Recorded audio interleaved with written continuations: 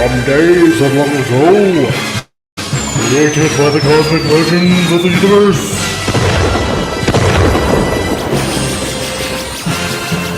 There stands one man, one great man, a man dedicated to preserving all that is good in pop culture.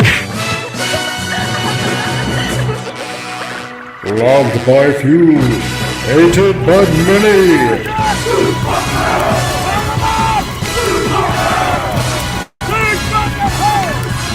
Alone in his fortress of awesomeness, he battles fearlessly against the wolves, the evil, the unjust.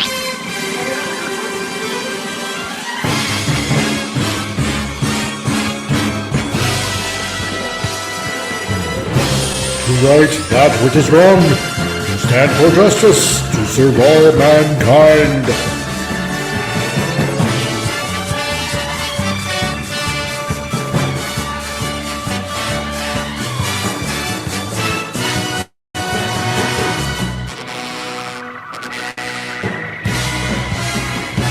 He is the one, the only, the Comic Relief Crusader.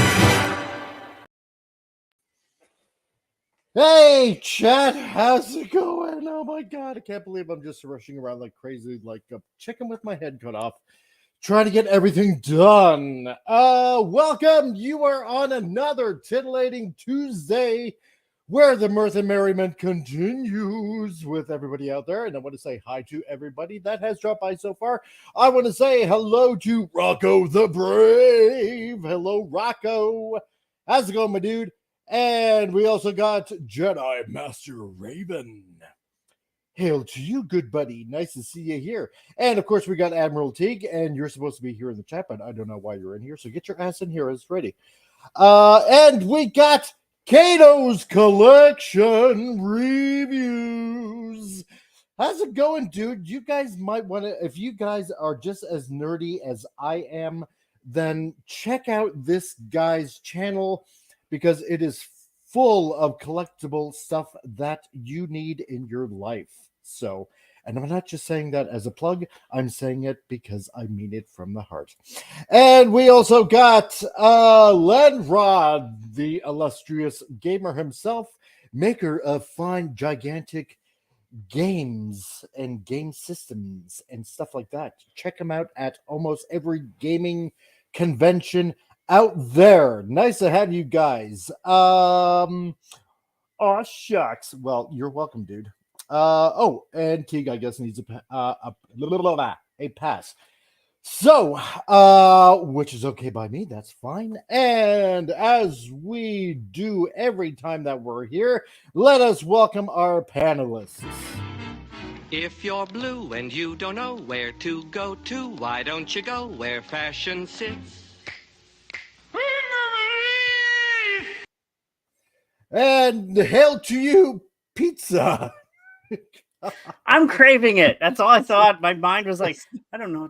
Pizza. I want pizza. Okay. God. By the way, the guy has collectibles. Everybody loves collectibles. I know, right? Oh my god. Dude is hilarious. You need to check him out. So you're in a pizza mood. I totally am. Yeah. Okay. And sitting in on third chair, we have Pop Culture Republic. Hey. It's going well. Is it? Yeah, they're always thinking I was the only one running around like a chicken with its head cut off. Oh, God, dude, you have no idea. Well, no, maybe you do. So yeah, made it just in time for the stream to start, too. How about that? Always a wizard knows. Yeah. Oh, I'm going to mess up that quote. I know I am. By the way, you know Americans are lucky with with pizza because you guys still have Delissio. We don't have it in Canada anymore. With what? Delissio pizzas. They removed them from our country. Oh, wow. Never heard of it. Oh, really? Oh, yeah, Delissio. I think it was Delissio. Isn't that Delissio, Mike? I believe so. Yeah, they removed it from our country for some weird reason. Anyway. Yeah. Oh, man. God, what a weekend. Holy moly. Jeepers. I still feel like I'm almost sucked out from it. So your live broadcast was amazing. If anybody hasn't checked it out, go back and watch it. It was amazing. That was awesome. From the con, yep. Loved it. So 5 hours and 17 minutes. Yeah, at a con. I had it logged in watching. I wasn't there all the time, but I did watch it. So I was like, I was in and out of the room, but I left it on. But yeah, 5 hours. Like, bravo to you, good sir. Holy. There you days. go. Yeah, See, really? and now you tempted Kato because great. Now I want pizza. It's contagious. You are infectious. And hail, Stark of Iron, you're here, back to the grind. And yeah, I agree. What a weekend! Yeah, it's been a weekend. Holy moly! Yeah, at the very first Car Series Comic Con and getting all set up, and luckily my daughter just let me almost begrudgingly let me use her laptop and got that done. And yeah, it was nuts. It was nuts. And we got a new guy here, Chad Bailey. Need to get some GAT and transgender characters going. Get with the times. Okay. Okay. Sure. Sure. What's gas? I don't know. I don't know what GAT is. Maybe it's don't like know. Gap, but it's probably like the Gap, but maybe for trans people. I haven't the faintest What idea. did the Gap used to sell? I don't even remember. Oh, I guess it means some gay. Okay. Oh, okay. Well, thank you, Chad, for the breakdown of what that means. Okay, great. So, hey, if it flies, then it flies. So that's all I got to say about that. Yeah, no, it was great. Met up. Actually, there was some producer there that wants to get into filmmaking as well and start something here, in the Texas of Canada. Yeah, no, and he's like, yeah, it's just shows are just, I don't know what it is, but there's something about shows and movies that are just like crappy. So I just want to start making my own. Congratulations, you came to the right place. And hello, Gap After Dark. How's it going? So nice to see you here, my dude. And yeah, then met a bunch of authors and that had their own books out. And so we got to talking, and they want to adapt all their books to comics. So, which is great. Wow. And then I had to do a panel about talking about entertainment and comics and stuff like that. Nice. And instead of a half an hour, I droned on for about 45 minutes. And here was the thing. I was like deathly nervous about doing this panel because, in a town that's actually growing pretty exponentially, and on top of that, running a business as well, you're putting yourself on the line, and it's not just yourself, but you're also putting your business on the line. And that made me like humongously nervous because, but it's funny though, but yet you're online. See, that's what I say. Take your ability you've learned online and use that. And then that does help, I find. And what ended up happening is like with, because again, this is like the very first, everybody that was there was in agreement. Yeah. So it's like, oh, thank God. The community knows what we want nowadays. We're all, no matter what, we all want good products now. Yeah, exactly. Yeah. So yeah, so no, it was pretty good. It was pretty fun. So awesome. everybody clicked on QC codes here and there and everywhere, and no, it worked out okay. So as we do each and every week, and Admiral Teague, I sent a link, so you have a link, so you can make it just in the nick of time again, so you can arrive fashionably late. Yeah. So as we do each and every week, we go through the stupid news of the week, and obviously this week is no different, as we're Hey guys, Sorry. Hey. You know what? Here's the confusion. When I said I need a pass, I was like, "Oh wait, he thinks he means I need to pass on today." No, you forgot to send me a pass. Hi, buddy. Hi, guys. Hey there. How's it going? I wasn't like trying I was like, it's okay. I'm ready to sit this one out. And it's like, why aren't you here? And I'm like, okay, this is definitely a miscommunication. And I'm only just say here's where I love to be on Tuesdays. Yeah. Well, of course you do, because we're all having fun here. That's the whole point. Did you see that stupidity I sent you? Are we going to maybe read that one from the LA Times is really making a bid to be the dumbest paper in America, huh? Well, there's no contest. So it's like the third straight week for that one being in the run. Jet says, seems everything woke and crap these days. Yep. No. Yeah. Yeah, it's true. No, everybody's feelings is getting hurt. Exactly. It's So, a nice okay. downward trend. It is. I'm starting to wonder if it's not like maybe like woke is a symptom of No Child Left Behind because people are too stupid to realize that nothing gets fucking handed to you. Yeah, Nothing has exactly. to be about. There's too much diversity now. Now it's diversity has to be. No, it doesn't. Not No, this it doesn't. Story. No, exactly. But speaking on how everything has to be handed to you, this in stupid news. Biological man crowned Miss Portugal in Miss Universe pageant. Oh yeah, I heard about this one. Wow. Yep, I heard this one. Yep. Okay, that's nice. It just goes to prove that. Tall and tan and But dark okay, and doesn't this? I guess the patriarchy's right. Men are winning the world. Exactly. Is there nothing men can't conquer? Oh my God. Stop it. We do this pageant for women. God, you know what? And here's the weird thing. Here's the weird thing that I want to comment on this, okay? Because if you had no idea whatsoever that this was actually a dude, okay, and then you get like oddly aroused by it, and then found out it's like, oh my God, what? Why? No, wait. That's like that scene in Trainspotting. If anybody's ever seen that movie, Yes, where he's in the car and he's like feeling around. Oh, exactly. Lenrod, men win at everything, including being a woman now. I was going to say it was kind of like Mike just gave us the actual plot synopsis for Victor Victoria. Yeah. Yes, exactly. Now, if women want equal rights, they can. Yes, they can. But it's like, but you're taking this away from women. Biological, yeah. You too can choose to identify as an idiot. Have a trans Miss Universe. That's fine. Have a separate entity. There you go. What's wrong with that? Let's have its own entity. But How about this then, guys? I identify as a test pilot, and from now on, whenever I fly commercial, I think I should be allowed to land the plane, no matter who else is on it, because that's how I identify. What do you think of that? I keep on saying identify as That's a billionaire, great. but where's my money? Government owns me money, I guess. Yes, exactly, right? So, Stark admired. There she is, Miss Portugal. Please ignore the dangly bits between her legs. She's a chick, at least we think she is. Well, is she pre-op, post-op? Has she had everything removed? I don't know.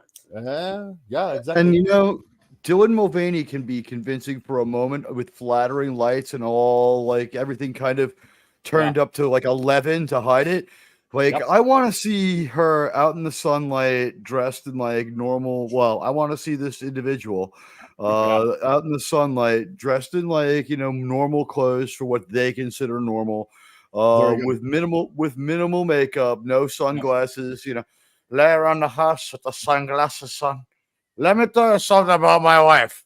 You can't even have a little fucking baby with me, man. Oh. Another Quaalude, I think she's a woman in the morning. If women want equal rights, they can hold their own effing door. Exactly. Yeah. I still hold doors for people. Not just me. I don't know. That is such a no-win. The two things in life that have been no-wins have been flowers and holding the door. It's like you hold the door 9 times out of 10. Yeah, you just kind of skate on it, but like there's too many times where they're like, how dare you take it? It's like, whoa, all right. Yeah. I've luckily never had that yet, so I still do it. Yeah.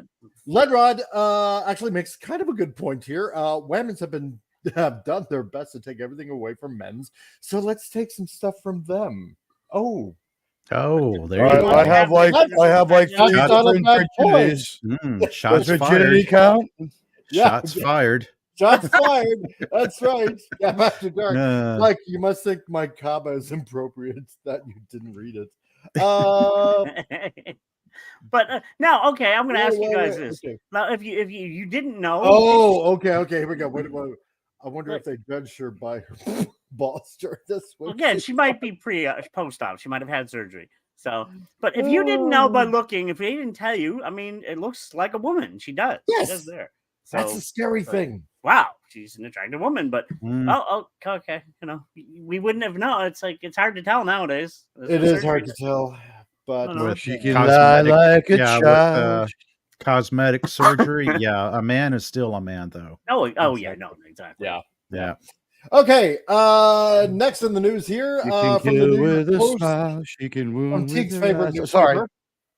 Oh, wait, we go to the New York Times, the Post, which there we go.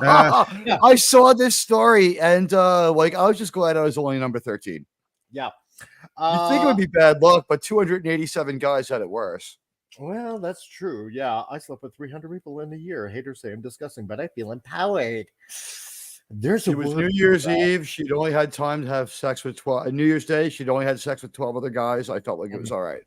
Yeah, well, yeah, you know, if you got to have some sort of aspirations, that might be it. I don't know. Okay, aspirations. Yes, aspirations. Yeah. No, I got that word right. So, but no, there's a word for that, and I probably won't be able to say it on YouTube. But let's just say, ladies of the Probably night, has from awesome. Isabel. Yeah. Yeah, Just that's how you spread the seafood called crabs. No, so Have you heard of a vibrator, lady? this, yeah, no, because let's say you're going on a clearly date, no. you actually fall for a guy, you know, and sometimes this question does pop up. You know, do you really want eventually to find out that a woman that you're definitely interested in and maybe want to settle down with just kind of went out there and had really, really copious amounts of laying down with people like that? I don't know. Yeah. Don't know. I don't know if I want somebody who's never been on the road, but I don't know if I want the female version of Mario Andretti either, you know? There you go. And hail to you, Technique, that happened to drop by and you're new here. Would you smash, though? I am married and therefore cannot answer that question on account that I would be probably neutered by the end of the day. So I will leave that question to everybody else. Yeah. So, but yeah, no, I'm sorry. Or anyway, Yeah. I've said enough of that. So anywho, I'm trying to think. Yeah. What's the girl? What's the female version of Andrew Tate? What's her name? She's like redhead. She's famous good on YouTube. You know what I'm talking about, probably. I think I know who you're talking about. You know, I agree with some of the stuff she talks about. She's like, well, too many women have a high body count. Who's going to want to be with them? But then it's the same for men. Like, who's going to want to be with somebody with a super high body count like that? Like, Yeah, I think the half-life on her body count is, yo, if this bitch goes to some island for a year and just does a bunch of cleansing rituals, after that, when she comes back, it's just crazy story. About 13 months ago, I finished with this whack shit that I did.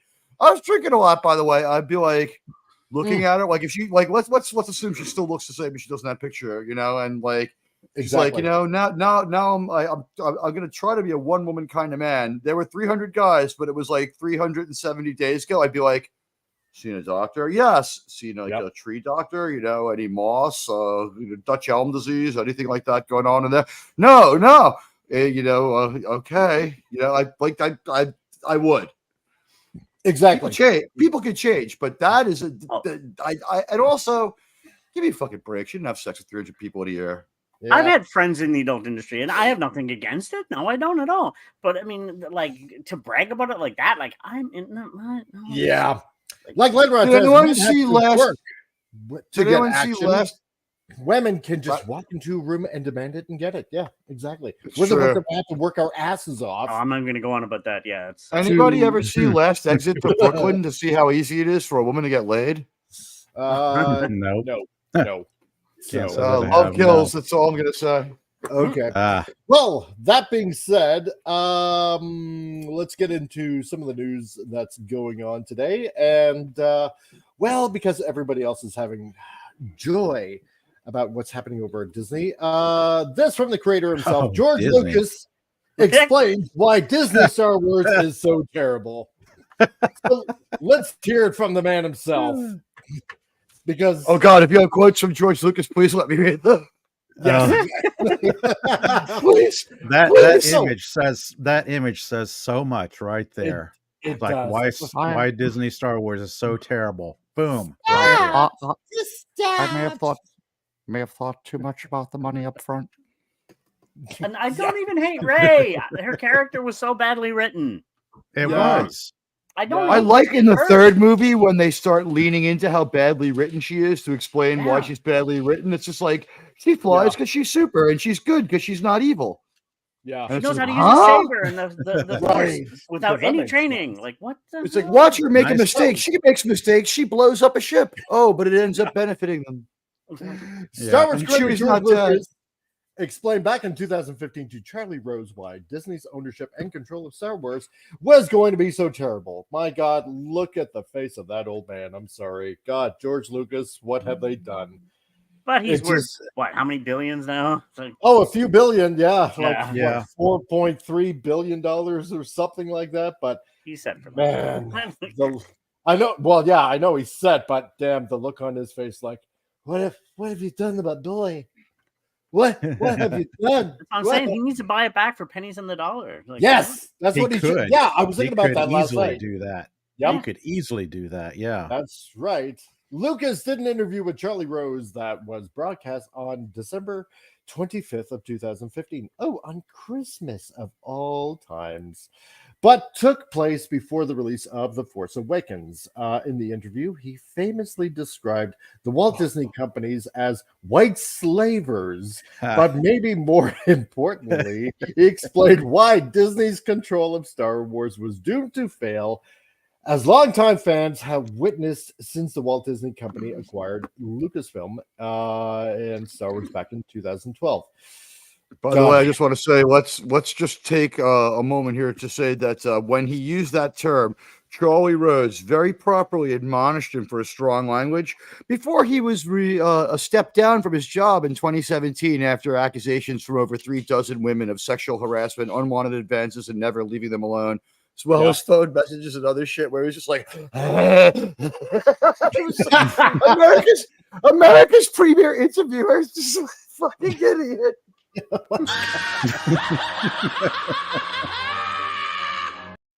Guys, people think I'm fucking my landscape view when I take a picture of my dick and text it to a woman. Exactly. Chad Bailey says, yeah, when I was younger, my buddies called me Luke. I looked very much like a young Luke Skywalker. I'll take that as an honor, he says. Lenrod, yeah, see? Lenrod says, yeah, poor Daisy Ridley. She's not a bad actor. She's just stuck with this terrible role forever. Exactly. I feel like we can't call Daisy Ridley a bad actor, but I'd also like, where's her good? You know what I mean? Like this really just like what happened was there was an up and coming actress named Daisy Ridley who's in like a Dial soap commercial in England or something like that. And she had something. They put her in 1 second of one comedy show to give her an IMDb credit. And it was a great, funny show and all. But then she shows up in Star Wars and like, what has she done as a Star Wars character? Like we haven't seen the only thing we've seen her do is be like, all right, imagine this. This is Star Wars Full Metal Jacket. You're a female R. Lee Ermey. That's how we want you to treat everyone. What is your major malfunction, Poe? Well, let's see what he has to say. Then Here. I will tear off your head and shit down your throat. I like that, right? Shut the fuck up, Finn. Yeah. And, you know, it's again, when you invent things, well, you don't invent things. I don't know. But when you bring new things into a society, you can either, it's like the balance of the force. You can either use it for good or you can use it for evil. And what happens when there's something new, people have a tendency to overdo it. They abuse it. Now, there were two things that got abused with Star Wars and still being abused. One, when Star Wars came out, everybody said, oh, it's a silly movie. It's just a bunch of space battles and stuff. It's not real. There's nothing behind it. And I said, well, there is stuff behind it. It's not just a space battle. There's more to it than that. It's much, much more complicated than that. But nobody would listen. So they just said, oh, it's simple. And we like the spaceships. We like the stuff. So they said, fine. So the spaceships and that part of the science fantasy, whatever, are abused. And of course, everybody went out and made spaceship movies. And they were all horrible. And they all lost tons of money. And you say, well, you know, there's more to it than that. You can't just go out and do spaceships. And the other part which is the technology. which is, oh, we'll just take this new technology. It's great. You know, especially when it came down later to digital technology where you can really do anything. And then people just abused it all over the place, which they did with color, they did with sound. Whenever there's a new tool, everybody goes crazy and they forget the fact that there's actually a story, and that's the point. You're telling a story using tools. You're not using tools to tell a story. You understand that? I do. The point was the other thing that got abused naturally in a capitalist society, especially in an American point of view, which is the studios and everything said, well, wow, we can make a lot of money. This is a license to kill. And they did it. They just simply, and of course, the only way you could really do that is not take chances. Yeah. Only do something that's proven. Let's not do anything. We've got to remember, Star Wars came from nowhere. American Graffiti came from nowhere. There was nothing This is like the it. meat of the quote. Yeah. Now, if you do anything that's not a sequel or not a TV series or it doesn't look like one, they won't do it. They say, we want something that we know. So that's the downside of Star Wars. That's the downside of Star Wars. And it really shows an enormous lack of imagination and fear of creativity on the part of an industry. Yep. That's Yeah, pretty much yeah, what's that- going on now. I think Pretty what's much the best. everything that's going on now. Yeah, I think the best thing you could say about the first Star Wars movie is that it was great on so many levels. It was Oh yeah. a good, basic, good versus evil storyline. You had a young person coming of age, going through the hero's journey. You had so many good elements that were hitting one after the other. Yep. We can't get that nowadays without there being some kind of agenda behind it or something about a message having to be presented. Forcing stuff down our story. throats. The funny Yeah. thing is, remember when we didn't like, I don't know you guys, but the prequels were like, they suck. Now they're actually not bad compared to the last three. Oh yeah. Oh God, yeah. Really, they're No, not I mean, bad. looking back, I mean, I- they're golden compared to the Yeah. Disney trilogy. Phantom Menace Yeah, had in to grow on comparison. me. Phantom Menace had to grow on me, but I immediately appreciated Attack of the Clones. I felt the movie was better every 10 minutes than the 10 minutes before, ending Yeah. almost as good as A New Hope. Yep. It gets almost as good. You know what I mean? Like Exactly. we're like, we slug our way up. By the middle of the movie, we're like at least in Ewok Endor territory, where it's like, this is a little bad, but we had that speeder chase through the skies of Alderaan. We got something going here. And then, Yeah. like, the dialogue is what it is. You know, Jedi business, go back to your drinks. It's probably worse than I Hate Sand. But, you know, you want to go home and rethink your life after you watch the fucking sequels. Yeah. Yeah. Yeah. You know what I mean? Pretty much. You know, my And I also favorite- want to say, and I Good also want to story say in hey every one to Ray Lucard.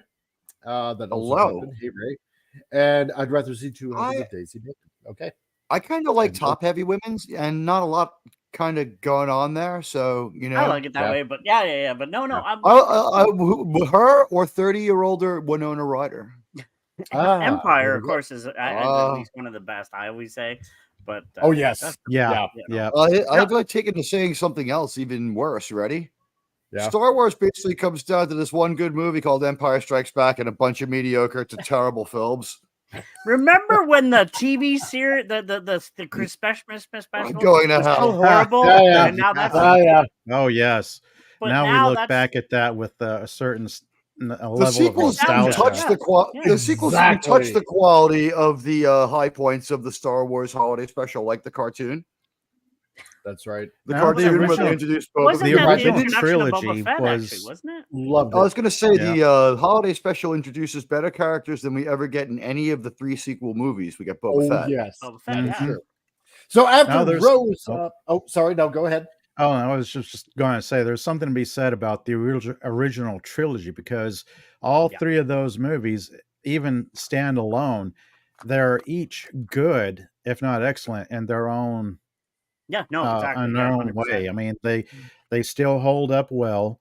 You Yeah. can't say that for the new Disney trilogy because nobody will say 10, 20, 30 years from now that was a really good movie. because Yeah. they're No, just but not. I can tortured say myself my in the theater feelings for all about of it haven't eroded since I saw it. It's not like I hold the movie in less regard now than I did. You know what I mean? Like, No, they yeah, beat yeah. that part, like the part where you think it's good and it slowly gets bad. And also, my esteem for the movies has not risen either.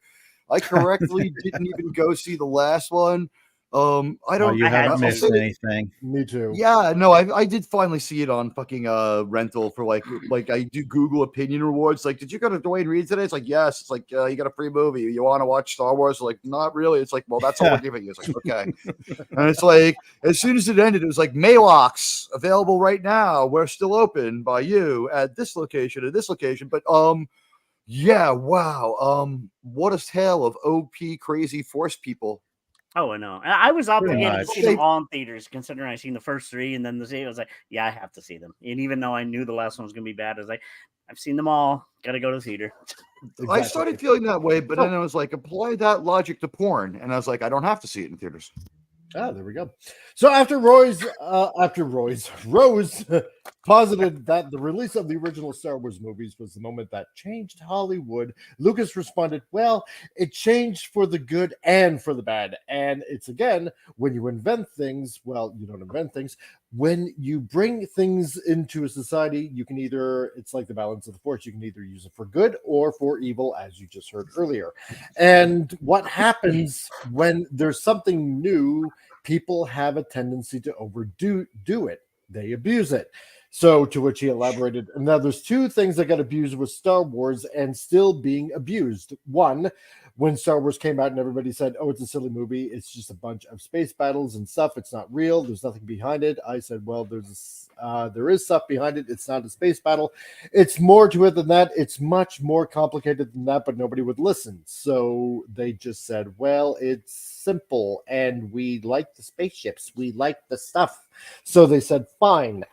So the spaceships and that part of the science fantasy, whatever, got terribly abused. And of course, everybody went out and made spaceship movies and they were all horrible and they lost a ton of money. Well, that's pretty much for the most part true, I would say. Not aliens. No, not aliens. You know? But then again, that came around the same time, I do believe, in 77. Didn't it? Aliens? Aliens? That's alien singular. Alien. Alien one is Alien. 1979. Aliens with the plural is 85. 87. Okay. Isn't it 87? Yeah. So 10 years later. Okay. And you I say, feel well, like it's there's more to it 86 than that. But you can't just go out and do spaceships, he said. Well, I mean, that's true because, I mean, how many, okay, aside from Spaceballs, which is meant to be a spoof, I mean, immediately after, how many Star Wars derivatives came out and they just weren't as good. I use a certain. I use tons a. of I them. have a. I have a matrix on this one. It's only a 1-point matrix. You ready? Yeah. Since it came out, how many Star Wars movies are as good or better than Independence Day? Because Independence Day sits somewhere in enjoyability and believability and watchability, and we can all watch the movie again and again. It's absolutely the same plot as A New Hope. Yeah. We have some tech to destroy the planet killer before the planet killer destroys the planet where we are. But if you think about it, it's just maybe slightly better than, say, Attack of the Clones, right? ID4 is on a roughly the same level. Like any case that one is better than the other might be sentimental. You know what I'm saying? Yeah, And like I know what you're saying. Yeah. And if Will Smith wasn't controversial, they might be dead even. So like Independence Day is about as good as Attack of the Clones. Revenge of the Sith is better than Attack of the Clones. Yeah, but then again, I saw Independence Day like about 11 times in the movie theater. So that's good. Independence Day, I saw that movie like 3 times in the theater. Yeah, but I saw I never saw any sequel movie twice. I saw Phantom Menace 3 times, trying to figure out whether or not it was good or bad. And then I just took George Lucas at his word that it was for younger viewers, and I kind of wondered if he would ever get around to making a good movie. But then I think he went on the internet and got shit from people. He's like, I'm George Lucas and you're wrong. Jar Jar Binks is actually a beautiful magical character with Shakespeare. And they're like, fuck you. You're not really George Lucas TXX4452. Anyone could give themselves that handle on the internet. And let me tell you why that movie sucked. He's like, oh, these people aren't being paid to tell me what I want to hear. And I think he got embarrassed. And I honestly think if you watch Attack of the Clones, the way that movie improves every 10 minutes is actually scaled to fan complaints. And in the first 10 minutes, we blow up Keira Knightley and all the lookalikes of Padme so that we don't have to be confused anymore. We tell Jar Jar that he needs to stay home and do homework so that he won't be in the movie. Everybody's thrilled about that. And we find out we're not going to have Jake Lloyd in the movie at all. And while you can say what you want about Hayden Christensen, still an improvement. And I was just like, wow, 3 for 3 on things I fucking hated about that last movie. And then it was just like, let's try spinning. Let's try spinning. That's a good trick. And then, next thing we know, while the assassin droid didn't make sense, the rest of the movie's better. Kid of Collection Review says the Star Wars mythology prior to Disney is better than the actual movies and shows the content is better than the presentation.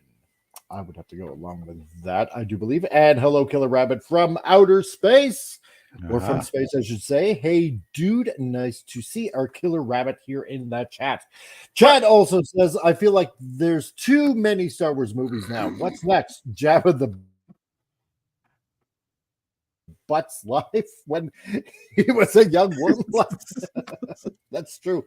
Oh, yes. And Ray the Character says, how many derivatives we did get after Star Wars? Yeah, after Star Wars Battlestar Galactica. Yeah, that's true. Star Crash. I remember that one. Battle Beyond the Stars. I like that movie, and for obvious reasons, I know exactly what I mean. Space Mutiny. Oh God, yeah. That's who I remember were worth going to the movies for. Oh yeah, that's true. Yeah, Battle Beyond the Stars was worth going to the movies for, and Battlestar Galactica. Well, not. And you know what? This is why I don't feel bad about the strife in the Middle East. When I was watching Battlestar Galactica on TV as a kid, they interrupted that show just to tell us that they had made a deal for peace in the Middle East, like as though it was going to be something important. And that the Camp David Accords, I believe, still hold up. But looking back on it, should we have interrupted Battlestar Galactica? Did we not turn a generation of young sci-fi fans against both sides? And Jimmy Carter, probably. Right as they get to Corellia and the movie starting, I was just fucking pissed. I was never go back and I'm like, how did Baltimore end up here? What's going on? Nope. We look at franchises. No, not as much. Now, when you look at good franchises in the sci-fi world, Star Wars is still the king. But then you had Terminator, the Terminator, which is sci-fi. You had Aliens, and then Predator came down the road as well. They're all within the sci-fi genre. Now, they're ones that continued. Now, solo movie. Well, technically, Blade Runner is a solo movie, in my opinion. Still, it only had 2, but the one stand for years. Yeah. And then Close Encounters. So disconnected, right? Close Encounters, Yeah. Close Encounters, and Tron was actually good. I loved Tron, but that's a little bit more. Tron was a good one. Yeah, it was. It's not the greatest movie, but it was fun to see at the age it was designed to be viewed at, and it's not going to bother your parents. And when you see it now, you feel good. But Close Encounters, I can still go back and watch at any time. I can appreciate older sci-fi from like the 60s and 70s, like Buck Rogers, Battlestar Galactica. They still hold up. Space 1999. You ruffled some feathers. What is it okay off the battle? He doesn't like Battlestar Galactica. Oh no! Is it a little crazy if you think about this one? And he says Close Encounters is boring. No, it isn't. It isn't. Not for sci-fi geeks. I love science. I love astrology. I love all of it. So Close Encounters is boring. I'll open up a can of worms by saying I thoroughly enjoy old Battlestar Galactica, but did not like the new Battlestar Galactica. I'm going to agree with you there. I mean, like I said, it was my favorite, but I like the old much better than the new. Yeah, I like both. Yeah. But that's because you're afraid of strong women. What can you say? Like that's the old series had. Yeah, exactly. Honestly, let's be honest here. This is the one time where at least there's a good faith argument both ways that both shows are actually okay. Right. Honestly, like I'm not going to belittle anyone who says the older show is bad. I will say this: both shows have episodes that are so fucking failed that you just want to roll your eyes, like some of those, like let's grow moss on this shithole planet for like 3 episodes while we figure out what to do with our script. That was a little bit too much. Yep. That's And a Ray good also mentioned mention. The black hole. That was classic, and even to Yes, this yes. day, I think it still holds up. So, And 100%. it was scary. It was kind of scary. I mean, there It you was were, when I like was a a kid. youngster Yeah. watching that in the theater, and like that ending. That ending is still spooky. It is. I thought that movie was about our economy. Yeah. Yeah. Well, it's an interesting parallel. Moving on to the second point, Lucas stated, and the other part, which is the technology, which is, oh, we'll just take this new technology. It's great, especially when it came down to the digital technology where you can really do anything, to which he concluded or continued, and people just abused it all over the place, which they did with color, they did with sound. Whenever there was a new tool, everybody goes crazy and forget the fact that there's actually a story, and that's the point. You're using a story, you're telling a story using tools. You're not using tools to tell a story. And I think he makes a very good point. He's right. Because, and anybody who's having trouble grasping his analogy, think of this. We're only getting our legs under us on how to augur the things we see on Twitter and other social media now. For about 25, for about the first 15 years there, people were just like, and it's just like, you could put any crazy horse shit on Facebook and it would take like 3 days for anything approaching the truth to emerge. And in that 3 days, people would be doing things like, I'm so disgusted by the world that I'm just going to tune out of Facebook. And like, you never get the correction, and the damage is just done forever. Because how many movies have we had out now? Like, let's just say, I don't know. And I'm just throwing out numbers here in the past, maybe 10 years, that is so heavily relied on using tech to actually make a story look good and to try to pass off the story as brilliant. But in actuality, the script absolutely sucks dog shit. To put it every Zack Snyder movie. Yeah, that reminds me of this little, I don't know, interview or documentary J.J. Abrams was doing on the first Disney Star Wars movie before it was released. He kept going on about how there's going to be practical effects, like things are going to be real. It's going to be great. It's going to be practical effects. Not practically ridiculous. Not one word of storyline or anything like that, because it's J.J. Abrams. We know his track record. My favorite quote from him on that one was, so like ever since the first Star Wars, the last Star Wars trilogy ended, there's been a lot of advances in science and in space exploration, and we found planets unlike others before and things that we never knew were out there. Did any of that make it into this movie? And he goes, no. Oh, just like that, like real fast. But you're an asshole. Yeah, that was the wrong answer, because he could have said there's been amazing advances, but like, we were trying to tell a story, but he goes, no. And then like a beat of time goes by, and his next word that he says is, The Force Awakens is not a science lesson. Like, you could see that he was afraid. It's like, gee, are people going to figure out my speed of light weapon makes it there like much faster than light would take, and that in a real galaxy, I know, right? They've fired us. We only have 300,000 years to figure out what to do. What are you saying? I'm saying with our radio telescopes, like people in the 21st century America would have, we would only have 300,000 years. So even the American Indians would have a chance to build technology to outdo this, the 300,000 years. So you're saying we're in trouble? No, I'm not. No, it'll be fine. A quick note. I'm going to bring up a couple things here quickly. Now, tech has improved greatly in the last 20 years, more than ever. You have Unreal Engine, which is going to make things look surreal. You won't be able to tell the difference between video games and such, and so many other things out there. AI can almost deep fake a face that you can put like, it's scary what you can do, and actually scary for political world. But anyway, I love good graphics. I like good effects and stuff, but I still go back and listen to the War of the Worlds, the audio, the original one, and that still stands up to time. Right. Like listening to the audio. Because you're having to use your own imagination as the characters are portrayed out to you there. It's like the theater of the mind. Because they have to write a good story, and that's an amazing story. The way when that was written many years ago, and it was told audio wise, and it actually made people believe it was happening. And nowadays, it's just I think we put too much stock in the visuals. Yeah, I'm not against it, but look at this amazing visual right there in the picture of Luke Skywalker on that interesting island with the troubled skies behind him. And we know what happens when that image starts moving. It's like they started sucking on the space manatee milk teat. Yep. But I mean, right now it looks. If I had showed you this picture before you saw even Force Awakens, you're like, this is coming in like 18 months. You'd be like, cool. No, yeah. No, it's really beautifully framed. He doesn't look like he's a loser right there. It's that shot. I just look at an image I just look at an image that's badly exposed, but that's the photographer in me. So look at doesn't he turn away from the light and he's kind of in the shadow and it's like yes. accomplishing what they wanted in this shot. I get what you're saying, and maybe they reproduced it badly, but in itself, out of context from what we found out, this image right here, it's like you're kind of almost ready for your Star Wars story. You're like this is enough right here. Yeah. And then the next second happens.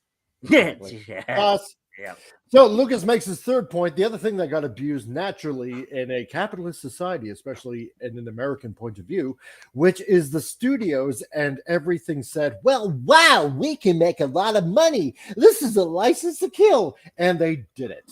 And of course, the only way you could really do that is not take chances, only to do something that's proven.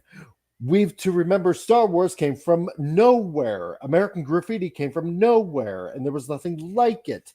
Now, if you do anything that's not a sequel or not a TV series or doesn't look like they won't do it, they say, we want something new.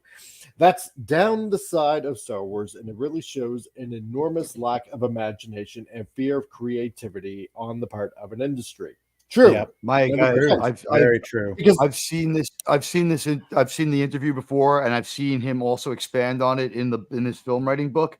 And his example on this one, he goes, The Godfather opened in less than 100 screens across America, and only spread through word of mouth review, and was in release for 52 weeks before it became a hit.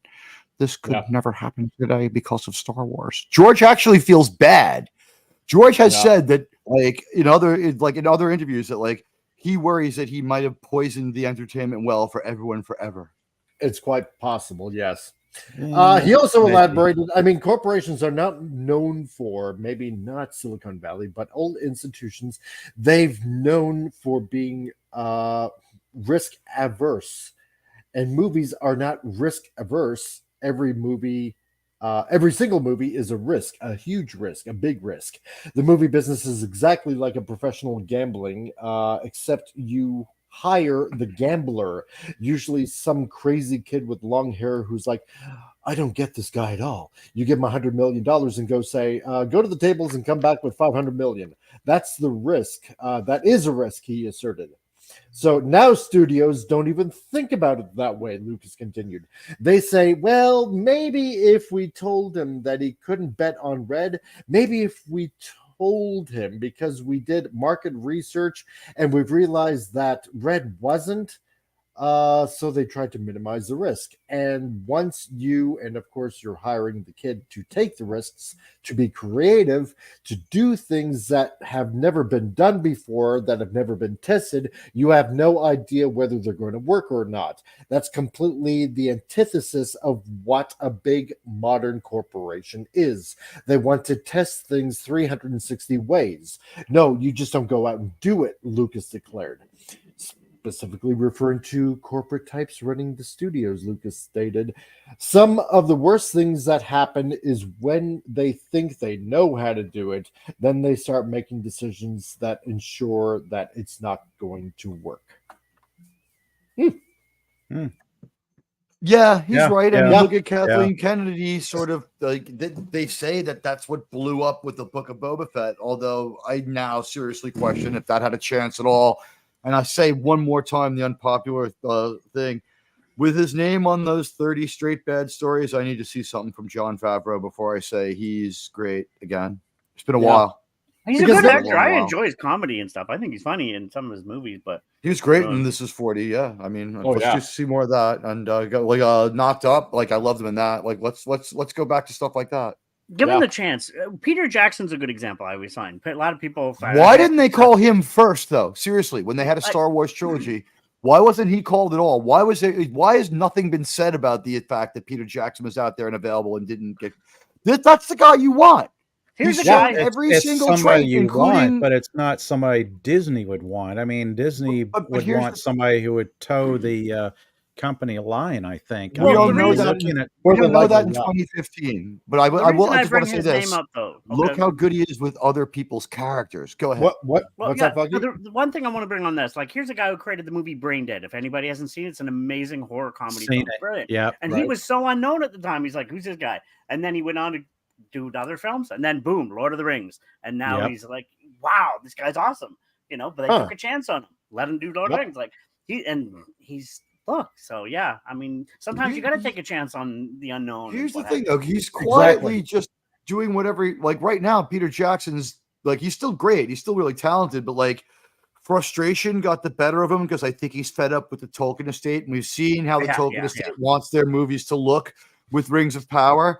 So I do not think his heart was really in the Hobbit trilogy, which I think it's a one movie book, but two tops. But so the Hobbit trilogy was just like 2.5 movies of bloat, really. But the fact of the matter is, I don't think that his heart was in it. But if I was a Disney stockholder, I would have wanted it justified to me right then. Did you call this man what happened? Because he has shown success in using other people's characters and not overly. I mean, are there a few Tolkien purists who are just angry it wasn't unabridged? What are you going to do? I don't know. I don't know if you could blame the Tolkien estate for the Rings of Power, because I think that they're like out there cheering it on. No, it's a car wreck. What they said. Yeah. No. The thing is, it passed hand. It changed hands. I thought that would be Amazon Prime and who was running it. I mean, when you wait for Tolkien's son to pass away, and then you do what you want with it. You're cutting out Tolkien's the Tolkien estate's influence on the franchise. Simon Tolkien had it. Here's the deal. Simon Tolkien is a partner with the Saul Zaentz company holding the rights, right? So Saul Zaentz can sell the rights to anybody. They may have refusal on selling them, right? So I think what happened was like the Tolkien son, like they were saying no to a live action Lord of the Rings movie since 1960. Right. Yeah. And the cartoon one all the cartoon iterations, they liked the Rankin Bass ones the best because they felt they were suited for children, and that the Tolkien's and Christopher Tolkien doesn't back off the idea that these books are for like 7th graders who are kind of smart.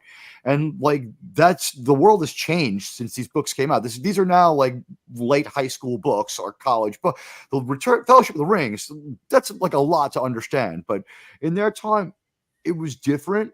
And just the way these Lord of the Rings movies worked out, the Tolkien estate more wanted you to get movies like Rings of Power than they ever wanted you to get Lord of the Rings. And the way you can know is look at the Hobbit movie, where they have the upper hand more after the son dies, when the rights pass to the grandson, to Simon Tolkien.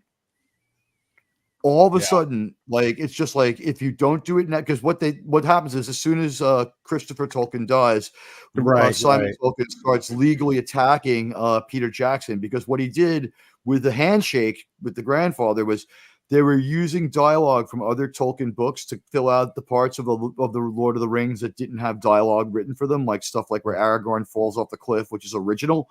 So they took some dialogue from Silmarillion and other Tolkien books so that it would still sound like Tolkien, because they were smart enough to admit they couldn't write Tolkien-like dialogue. Right. And then he came after them, and the fucking Hobbit was sort of like Tolkien estate putting him into like a headlock, and he didn't want to do it. And first he tries to get a different director to do it, and then the work of doing that makes people so damn sick that they don't want to be part of it. The first director walks, it takes forever, and the fighting to keep it from being even worse than it was is really probably gonna a story we'll hear one day from Peter Jackson. Right now, it probably speaks to the mismanagement of it. But for what Amazon Prime is doing with the TV show, I think they've gone completely their own way. When you ignore the family historian, when you ignore the family, but I think the whole point of it is that the studio took a chance on Peter Jackson. Yeah, that's the thing. Yes, bring it back around. Imagine if he would have brought, and that's what you're not seeing nowadays in movies, where studios are just taking directors is like, okay, here's the story. Basically, go have fun with it. Instead of like, no, everything has to be so micromanaged. Oh no, you can't do this, you can't do that, you can't do, whatever it is that you really need to do, and explore it and just go totally nuts with it. No, everything has to be so controlled whatsoever. And let's not even mention the check boxes you need nowadays. Peter Jackson's Lord of the Rings pitch was so fucking good that they insisted it not be 2 movies, but 3. Yeah. The people that he was asking for money from, they're like, we don't want to give you the money you want. He's like, shit. He's like, we want to give you 1/3 more. Yeah, that's right. And that's the point that Lucas is making, is that everybody is playing it so safe instead of just taking a bit of a risk here. And it's like, okay, this is what we're going to do. And we're just going to go like totally to the moon with it. Right. And nobody's doing that. Everybody's so playing it safe. And especially with technology, because they're relying on the technology to essentially tell the story instead of good writing to actually tell the story. The storytelling should assist the technology being used. The scary part about all this, and I'm a lover of technology, I do, and I like AI, I do, but they're going to have AI writing stories soon. Let's be honest. Oh, pretty soon. I mean, risk aversion. Rocco's right. Yeah, risk aversion kills creativity and imagination and good storytelling. I can easily come up with a short list of sci-fi TV shows that have only lasted 1, 2, maybe 3 seasons before cancellation. Yeah. And they were great TV shows like Dark Matter, Firefly. Brown Coat, yes. Yeah. Sarah Connor Chronicles. I mean, those are really well done TV shows, but because they didn't fit in a mold or they didn't fit a corporate view, they were canceled quickly for something that did fit in a corporate mold. And there's still talk of bringing Firefly back, believe it or not. There's still talk of bringing Firefly back. It is, because now it belongs to Disney. Yes. Oh gosh. Yes. That's a scary part, though. That is a scary part. That's a scary part because Disney has control of it. Exactly. And you have to wonder, will lightning strike twice, or will it just be another Disney failure like Disney's killed all these other franchises? Darn it. That's right. Yeah. So, you know what? Just give people a little bit of creativity. Give them a little bit of wiggle room, to do what they want to do. And that's where you find your phenomenal directors and your phenomenal producers and actors and whatnot. Just let them loose. It's like, letting kids out of school at recess. And you know what, guys? Just go nuts. Go nuts on the playground. Go have fun with it. Yeah. But you know why this is not happening? One, monopolies. One company is buying up all these entities, and these companies have an agenda, so they don't want to worry about the story, but pushing their agenda. They need to sell them off into more independent, and we need more open. Yeah, no, it's ridiculous. Yeah, very, very much like the early 90s when you had Marvel and DC, then all of a sudden there was Image and Valiant and Dark Horse giving the big two some competition. Exactly. We don't have that in movies and TV right now. We don't have equivalent of Image or an equivalent of Valiant out there putting out some good solid, unless you might look at Apple Plus, because I've been checking out some TV shows on Apple and I've been pleasantly surprised by. What did you think of Silo? I think you said you watched Silo. I enjoyed that. I know that was unexpected. That was really good. I was like, oh, that's original. It kept me going from episode to episode. The ending was something. I want to see more of it. I can't wait for the next season. Oh, and I want to say hello to Captain Kennedy, who showed up as well. Hello. You. Let's see. Yeah, I definitely have to check that out. So, but instead we have stuff like Robin Hood and stuff. Oh God. Yeah, we have stuff coming from Apple, and then we have stuff coming from the CW, and there's an obvious night and day difference as far as quality and writing goes. Exactly. I mean, who is the dickhead? It's just night and day. It bothers me how long it took them to get a Robin Hood show out there that wasn't an embarrassment, right? They finally got it right. Like, watch the show, and I feel this sense of fulfillment that I can see myself in there, because I also have no talent for rap music. Oh, there we go. You're not alone. So, and would only succeed in a crime if the story was to support me in such a thing. It's just it's a grift almost, right? It's like a project that's never to come to fruition. It's like they managed to like get this farce onto like, what is it? It's like on the BBC's version of the CW, right? Like BBC like 36 at like 3 a.m. Like it's not like doing so great and no one likes it. And what's happened? The director has been like throwing a continuous fit about how everybody who doesn't like it's a Yahtzee and bad. By the way, would you like to be our fan? And it's just like this achievement award, No Child Left Behind thing. It's like if you're trying to like develop a comic book for like 17 straight months, and it's like it's coming out, it's greater than ever. It's coming. The first draft is ready. Send me some more money. It's just like, put out your fucking comic book already. How many months does it take? What's gonna happen? How long? But you have 30. You took you 17 months to make issue 1. Like you got 30 days to make issue 2. Like what are we supposed to believe here? What are we crowdfunding for? Yeah, you know, like everybody's got. It's just a grift. This fucking Robin Hood show. Yeah. And that's why we need certain buttons in place to erase this horrible history. Oh, how long can trusty Cadet Stimpy hold out? How can he possibly resist the diabolical urge to push the button that could erase his very existence? Will his tortured mind give in to its uncontrollable desires? Can he withstand the temptation to push the button that even now beckons him ever closer? Will he and that's what we need for Star Wars and a lot of other series. At the mere push of a single button, the beautiful shiny button, the jolly candy-like button. Will he hold out, folks? Can he hold out? No, I can't! They don't make things like Ren and Stimpy anymore. No, they don't. And actually, that being said, did you hear quickly before you go the new South Park episode? They're going to make fun of everything. They're gender swapping all the characters. Love it. To make fun of stuff. It's like, can't wait. But now it's time for a commercial break, folks. So stay tuned for the next news. Commercial break time. Here we go. バイク便で送ったからそろそろ吹くと思うよ。すごいタイミング。サインお願いします。Long, long,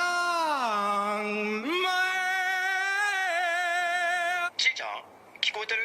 あ、届いたよ。ありがとう。マンゴー味珍しいからたくさん買ったんだ。今度2人で食べようね。おーい、ちいちゃん。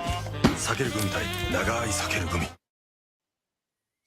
That's right. And if you want to see episode 4 of that, then you have to stay tuned to Frantic Fridays to find out what happens next.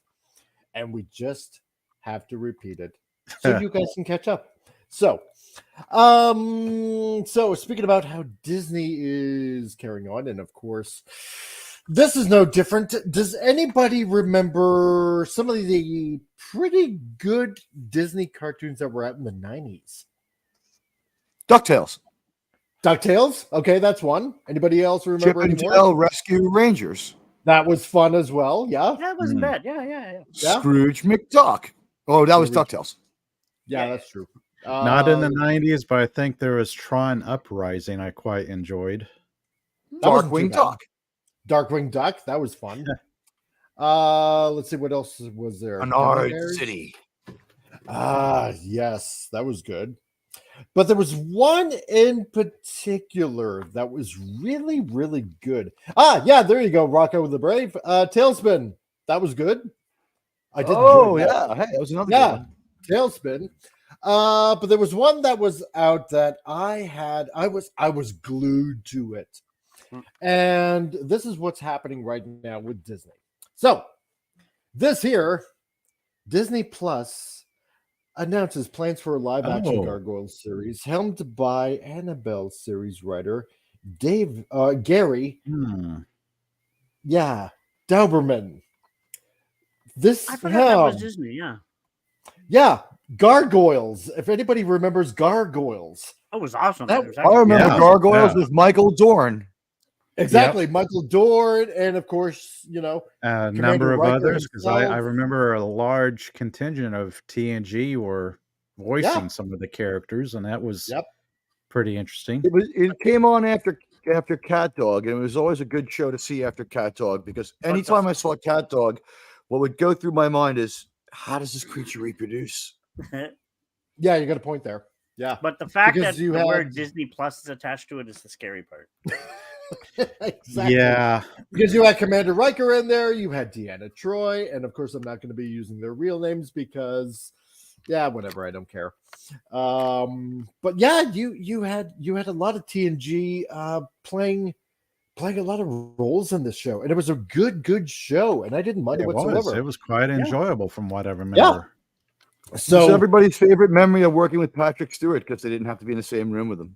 Yeah, that's true too. So, in an odd bit of poetry, considering how the series protagonists want nothing more than to come to life, Disney has officially announced that a live-action Gargoyle series is now in development for their streaming service. So, I'm gonna have to actually download all these episodes because because it's Disney Plus and they want to do live action, and I just want to remember the cartoon for what it was because I don't think I'm going to be tuning into this. So unless if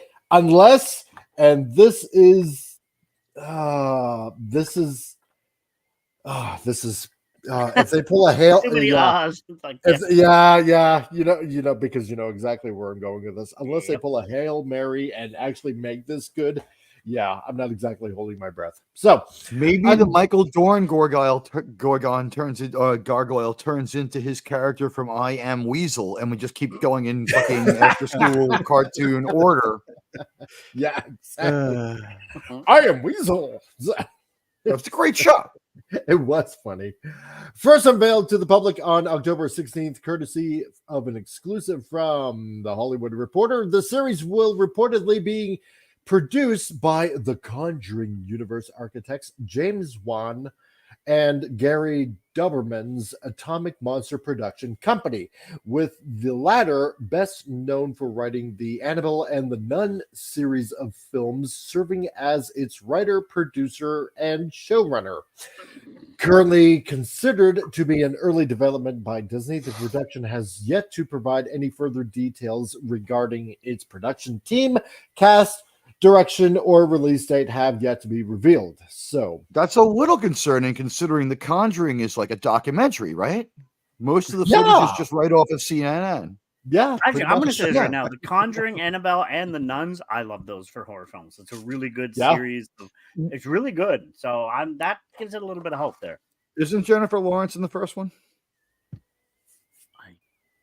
I don't know. I'm not sure because I've never watched these.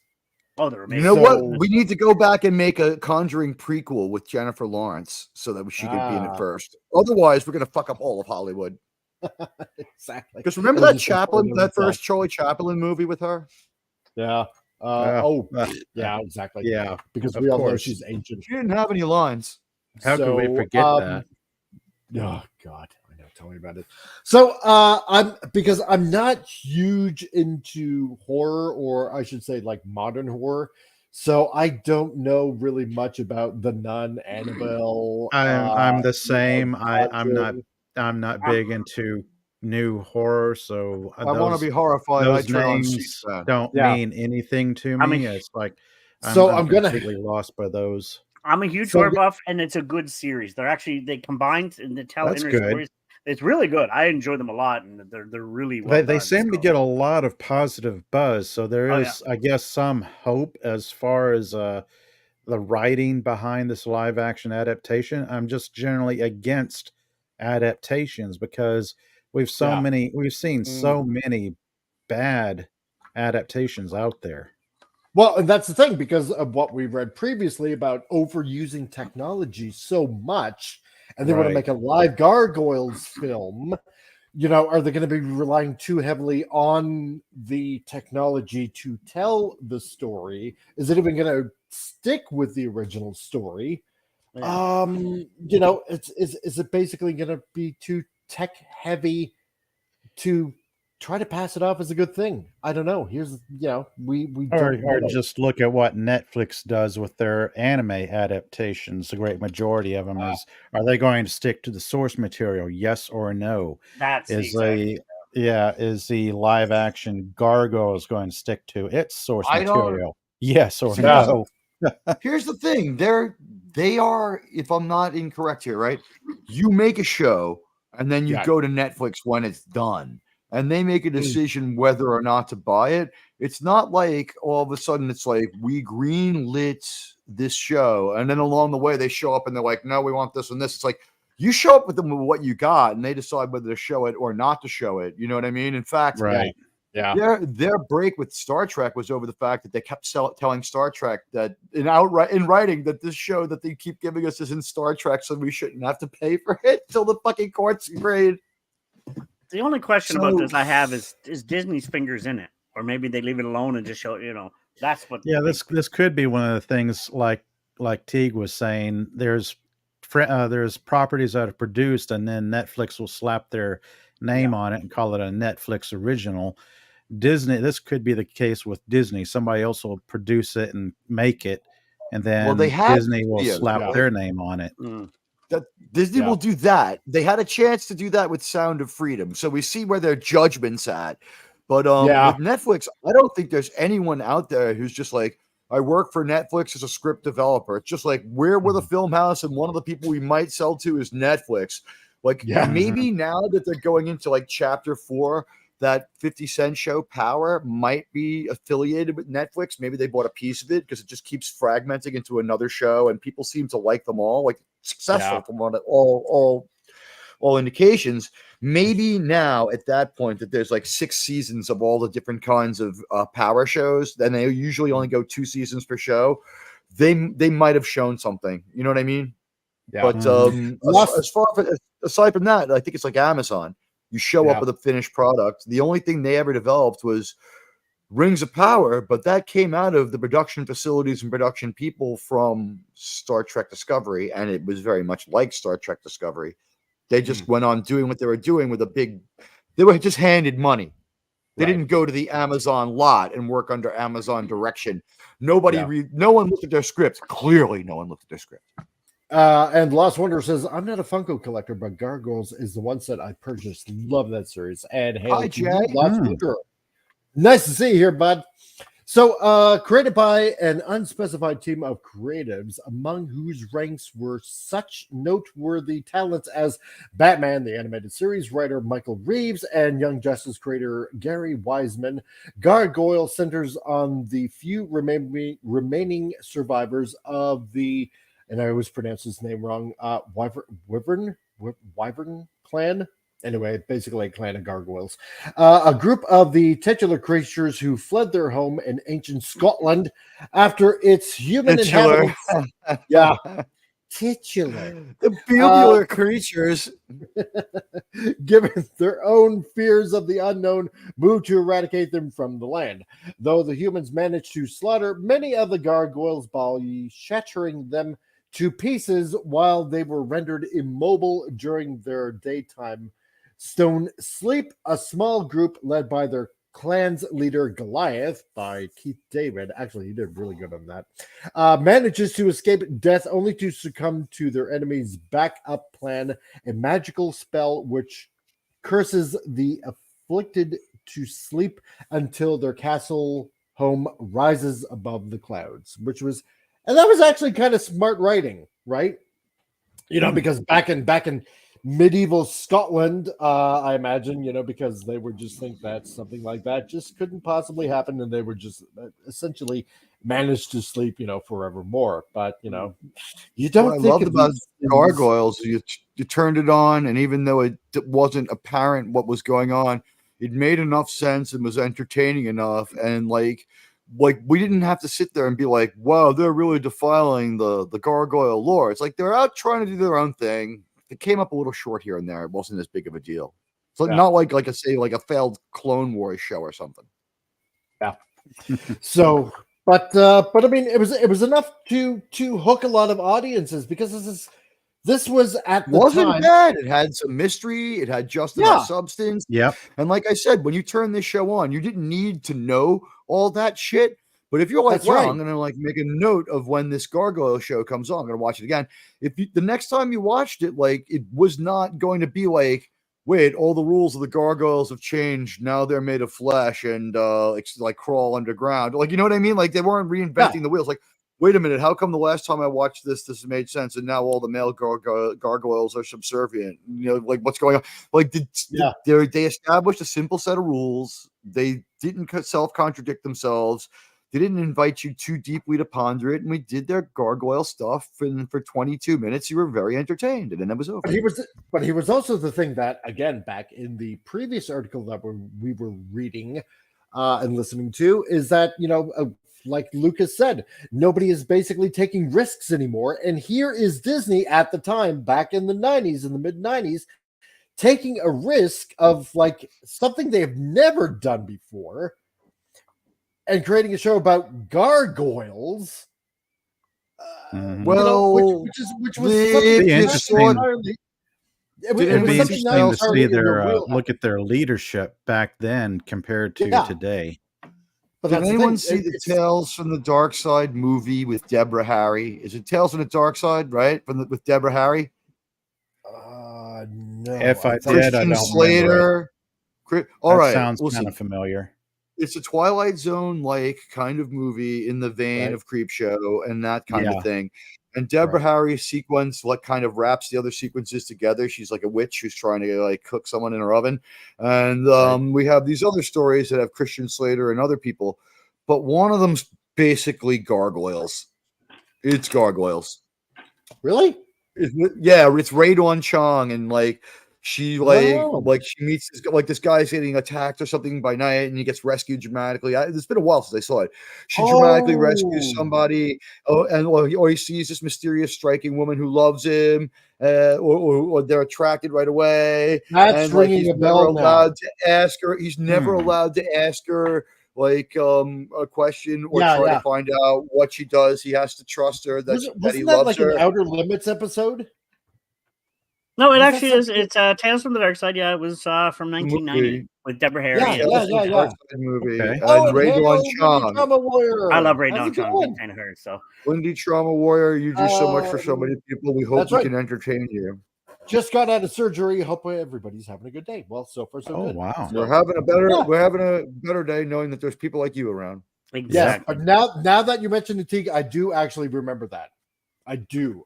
Isn't it basically gargoyles? And then, like at the end, he fucks her over, or tries to find out more, or whatever it is. The equivalent of reading her diary. And they had kids too. A lot of time passes, and she turns into a gargoyle with their children, and they fly away, and he's like, no, yeah, exactly. But that was the best segment of that movie too.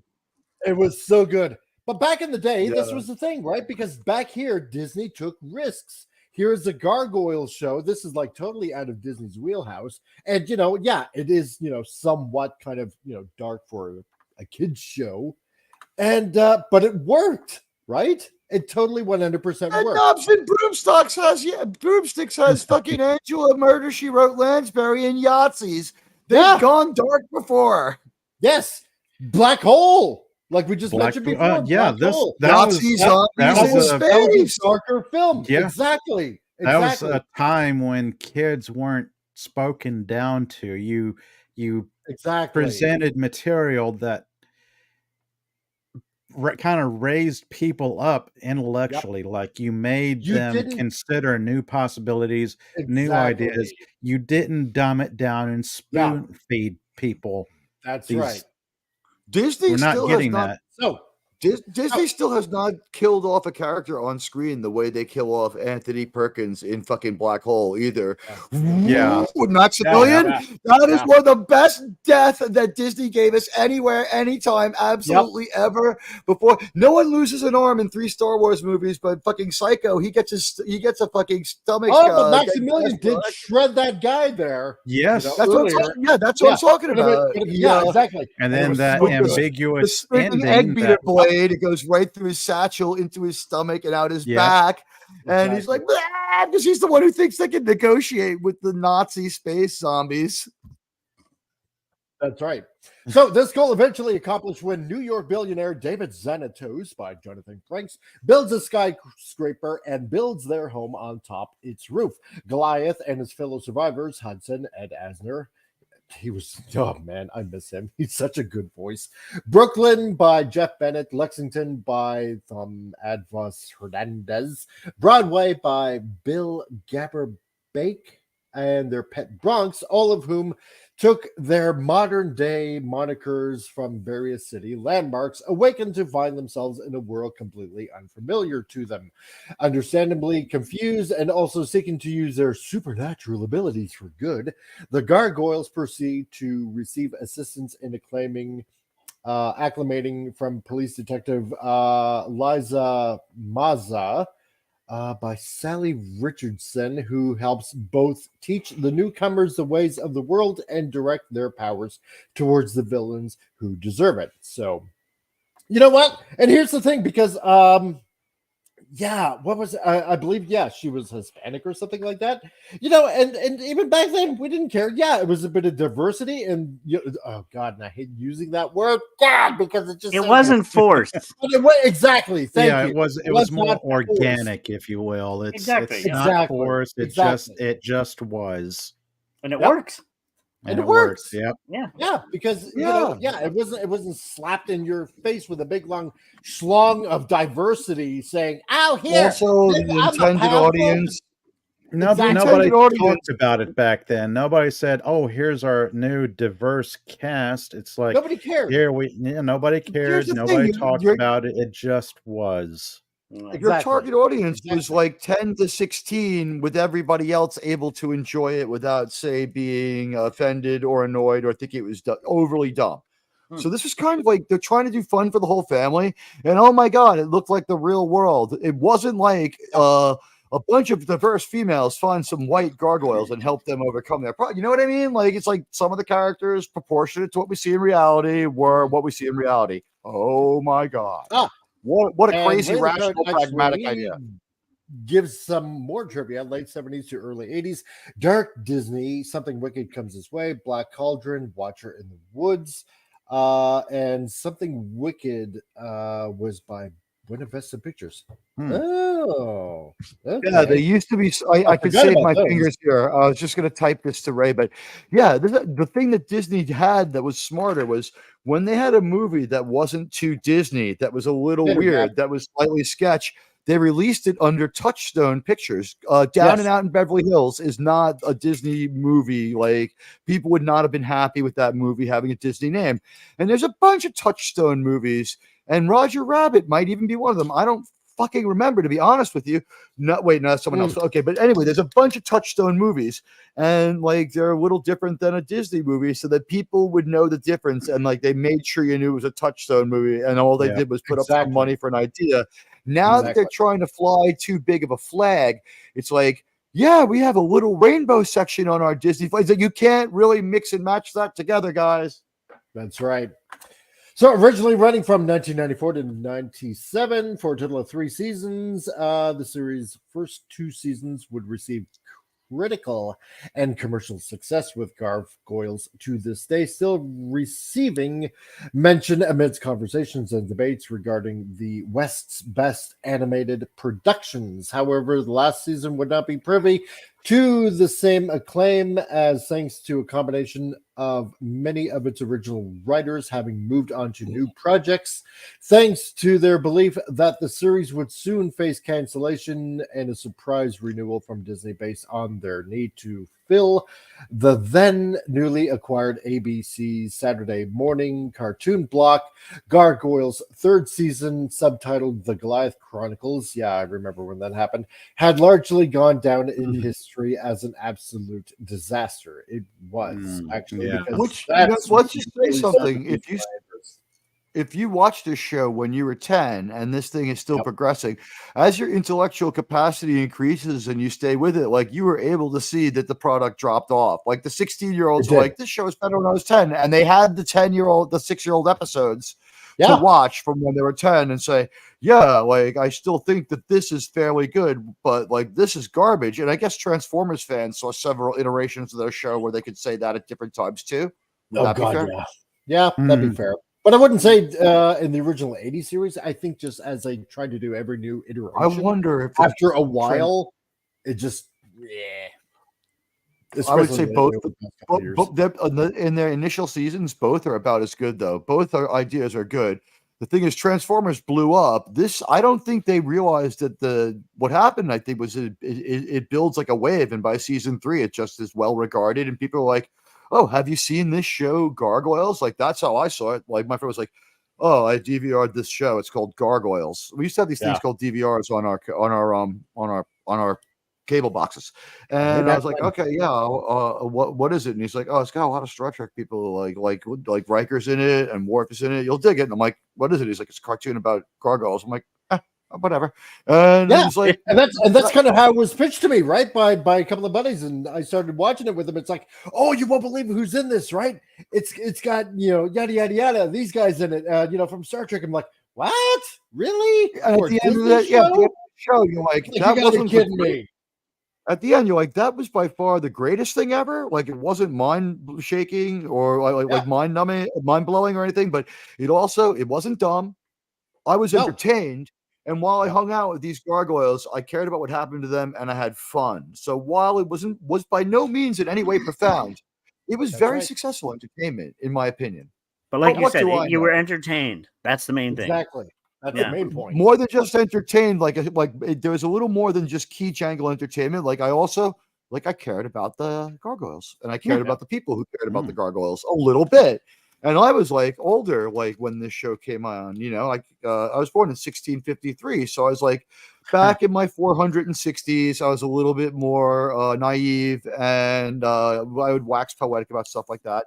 And I was like, this Gargoyles thing is good. One day Disney's going to buy it and ruin it. One day Disney will change and ruin it. Yeah. So even though the property lay dormant for the next 10 years, the Gargoyles license would eventually be picked up by an independent comic book creator, Slave Labor Graphics. Actually, many of you know Slave Labor Graphics. Yeah, they produce some pretty good work. You mean my fire spray gunship Labor Graphics? Yeah, that's yes. I get it. Yeah, you got the joke now. Yeah, took a minute to process. Who in turn announced that they would be publishing a new book written by the aforementioned Wiseman, which would ignore the Goliath Chronicles and serve as the series' third season. Sadly, this endeavor would come to a crashing halt 2 years later as Slave Labor Graphics found it too expensive to keep up with Disney's increasing licensing fees because the mouse gets hungry, and when they want more money, they want it now. As such, by the way, everybody who hasn't laughed yet, you're welcome for the LOL coming in an hour when that joke comes together in your mind. Exactly. Yeah, you'll know. It's like, I try not to crash. We did a good job with that one, though. We loaded and fired Chekhov's gun in an effective manner. That's right. Come on, we stuck it in. It was good. We don't have to give any more Easter eggs of how that joke is good. Come on. I have a giant Johnny Carson size index card and a pencil in front of me, like David Letterman, writing things down and throwing the pencil over my shoulder so that I can wait for the appropriate time to insert the jokes as I write them. So I feel that I've accomplished my part of this year. And a good job you did too there, lad. As such, this attempt to revive Goliath and crew was brought to a close after only 18 core issues and 6 issues miniseries back, guys. Wait. We're gonna do this. We're gonna do this. Let's.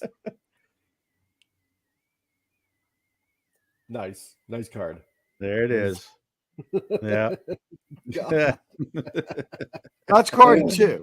Okay. Oh, whoops. Okay. Crap. Okay. See, now. Damn it.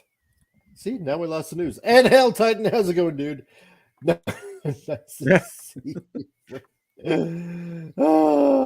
it is. Okay. Right there. So, to which he says, I'm not sure what the article is talking about, but it's been established that there were never any strong female leads until Jennifer Lawrence. Yeah, so that's right. Ray Lecard also mentioned Dragon Slayer was also made with Paramount and another Buena Vista Pictures movie.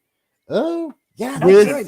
and Dragon Slayer it holds up. By the way, Dragon Slayer, aside from some of the CGI, not Dragon Slayer. I'm thinking Dragonheart. Carry on. Okay. And Wendy also liked Gargoyles. She loved Gargoyles. There we go. Now we know. So, increasing It was an licensing fees. enjoyable show. As such, this attempt to revive Goliath and the crew were brought, to a close only after 18 core issues and 6-issue miniseries Bad Guys. So, okay, so it didn't exactly. Well, it tried. By the way, in this reboot of Gargoyles, the only thing you have to do is not upset us. We're like, it's only the Gargoyles world. As long as the Gargoyles like aren't completely different, reinvented, and about the world we live in today, as long as they have adventures that more or less line up in a way that we remember and don't end up accidentally evil or have some fucking weird traits, people are gonna like. This is a low bar here. This is an IP that like actually like for people who can't write for something, this is forgiving enough, because like if you change the Gargoyles lore, like no one's gonna be like, God damn it, God, you know that guy. It's not Star Wars, so you have a little bit of freedom. You people will be more forgiving, but just don't piss all over it or make them evil or something stupid like that. Yeah, of course. With that said, though, I'm always give them enough leeway to change from the lore radically, make it about today's issue and some kind of message, and completely upend it. Yeah, that's basically it. That's the scary. The only thing we should do is maybe we could move them to a more modern building and just leave it at that. It's like, now that we're on this glass tower, we don't throw stones anymore. You know, just like you leave it at that. that's going on the assumption that they will learn their lesson after so many flops. How do gargoyles pee? And what would they wipe their ass with? How would a gargoyle relieve itself, and how would it then clean itself after relieving itself? And what look at a lizard, look at a Komodo dragon. Look at a Komodo dragon. Well, you know what? You don't live in a city. I've got literally hundreds of gargoyles within a mile or two of my house, and they all fly around at night. And a lot of people have been hurt by the full-on gargoyle poop. It's just like getting hit with a chunk of concrete. And a lot of people, people don't talk about this, but you should donate money to the New York City hockey helmet nighttime gargoyle dropping injury prevention fund. I run it. I will disperse the funds. However, roughly 16 years later, the property would be revived once again, this time courtesy of a brand new comic book series published by Dynamite Entertainment. Once again, written by Wiseman and aptly titled Gargoyles Season 4, tells a brand new story spinning out of the continuity introduced by slave labor graphics short-lived series. Thankfully for fans, the winged heroes, it seems this attempt to bring gargoyles back to life has taken not only is the debut revival title still ongoing, albeit coming to a close next month, but Dynamite Comics has also greenlit the publishing of Gargoyles Dark Ages, a spin-off book focused exclusively on the series resident angel of the night, Demona. Now, how much have they given to help protect gargoyles in the wild? And how many breeding pairs of gargoyles are there left? Exactly. National Geographic never talks about them. I want to know why. Yeah. Wendy Drama Warrior. Wait, Disney wants to F up gargoyles now? What the hell? Yeah, they want to do a live action gargoyles series. Potentially F up. I mean, we just don't know. I mean, it's getting to the point where I find myself getting just way too cynical, because I look at so many adaptations and see just how bad they are. So I have a certain level of cringe when I see that word, adaptation. You know what? I will say this, though, based on what we see right here, and we've only seen so much, this one doesn't show us anything prohibitive to it being possibly enjoyable, which is not the case with like early Ahsoka. Like, this looks prohibitively stupid. This still seems to have a heartbeat. And by the way, this, again, it would not be the hardest thing to get right. You'd have to work to fuck this up. That said. Yeah. So, yes, because that's what's happening. That's what's happening. So, if this is season 4, then I don't know. What does everybody think? It could be dark. Like I said, if they got the writers, it sounds like they got some good writers there. Yeah. It sounds like it could potentially be good. I'll take a wait and see approach on it. I'll wait and I'll see what happens. Like you said, Foggy, they have good writers there. They have good people behind it. So it could accidentally be worthwhile. It could be worth a watch. The only thing that has me apprehensive is attached to Disney. Yes. With current ways of their doing it. But here's the difference. Well regarded as opposed to iconic. If they get this right, it's found money. If they get this wrong, it's like, well, they get everything wrong. They look at that image. You know what I mean? Look at that image. That's almost got me putting my hand on my wallet already. Look at that. That image is evocative of a more quality Disney, though. So, like, are they going to be smart enough? That's another time. That's another period. That's not. Yeah. We could also get wacky live action.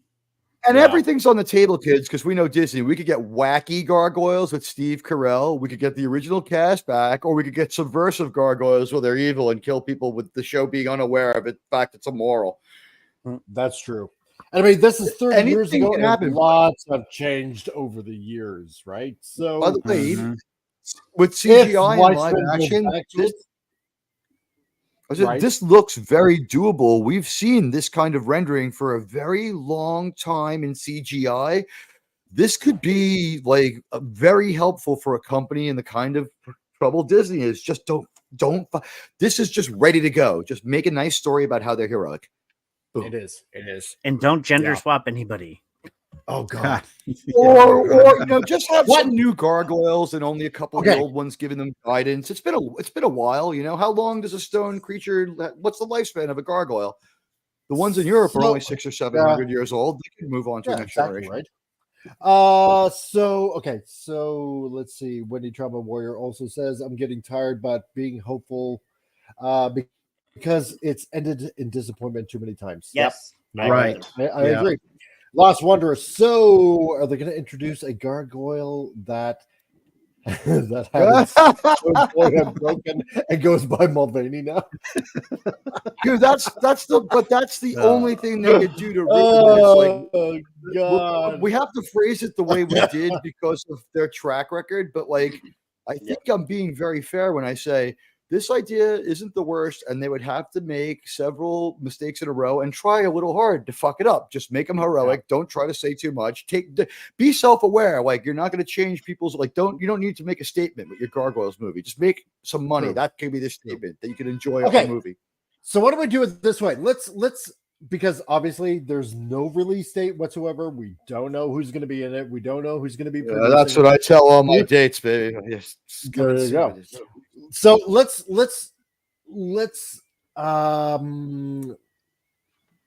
what are our hopes? Let's put it this way. What are our hopes about this? Just hoping that it can be high-end mid without embarrassing itself. That would be a huge improvement from everything we've seen for 5 years. How about that? That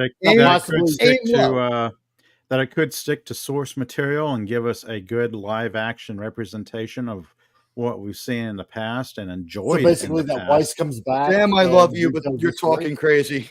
Yeah, I always talk crazy, don't I? It's like, guys, stick to the source material. How hard is that to stick to the source? Boggy, you want to give your thoughts? CGI. I'm just thinking, just like One Piece, actually stay loyal to, like he said, the source material. So that's what we're gonna do. But I'm just scared. Can I ask you guys a yes or no question? Compared to anything could happen, who would sign up for my? I guarantee you that it's high end mid and doesn't make people angry. We probably all sign up for that now, right? Just to get one quality production from these people in the books so that people can start to believe in it again. And maybe we'd be like, this Disney movie is the most profitable to the date, making only $10 million, but it didn't lose anything. That's the point. There's actually money now. It's so sad because Disney's let us down for so long. It's just, I know. I couldn't give an answer to that because, like Foggy said, it's been a while since they've let me down. Disney's let us down for so long, so many times. It's I'm not going to answer that. I'm not going to commit an answer to that. Like, I'll wait and see. I'll take it a step further. Disney hasn't let us down for a long time. Disney's put us down for a long time. This has been some bad storytelling. It's been failing the same way with the same tropes, every time. Your shows and movies are now deeply predictable, and it's not worth it for us to go to see any movie you make because it's going to end up on your channel anyway because it's all the same garbage. Yeah. Right.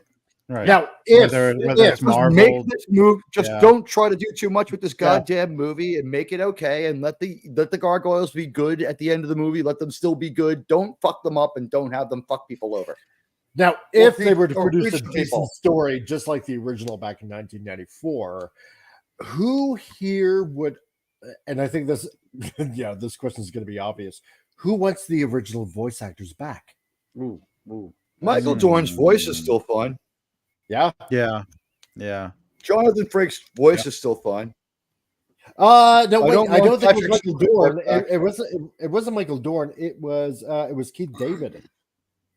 Was it? Okay. I don't want Patrick Stewart involved in this. As long as they can do it without using Patrick Stewart, then I'm on board. I don't think using the original. There's another TNG cast whose name I won't mention, but they've made some disparaging remarks about my home state. I wouldn't want them back. Yeah. I know exactly what you're talking about. Would she be associated with empty wooden horses that turn out to have things inside them after all? Yes, I believe so. I definitely 100% would like the original, cast back. Yeah, I'm a big fan of Keith David. He has an amazing voice. So exactly. But then again, some really good voice casts there. Do I really want old Riker back in live action? Because remember, this is supposed to be like live action, right? And do I really want to see an old Riker? They'll probably get actors. When you talk to someone like Appion for 5 minutes about like Star Trek: The Next Generation, and you see that without having the kind of prejudices we had going in, where he just kind of watched it as a marathon, continuing from TOS, he was like, he really loves like Riker and thinks Jonathan Frakes did a great job portraying him, and like changed my mind because I had become disdainful because of how Jonathan Frakes talks. Yeah, kind of hard to take. So, if they do this, what would go horribly wrong to ruin this entirely? We find out that all gargoyle lives are trans lives. That's the part that's scary. And words are violence, so that instead of attacking people, they'll say mean things and the people will explode. And they'll hand out pamphlets to everybody. And exactly. Words will be violence in this movie.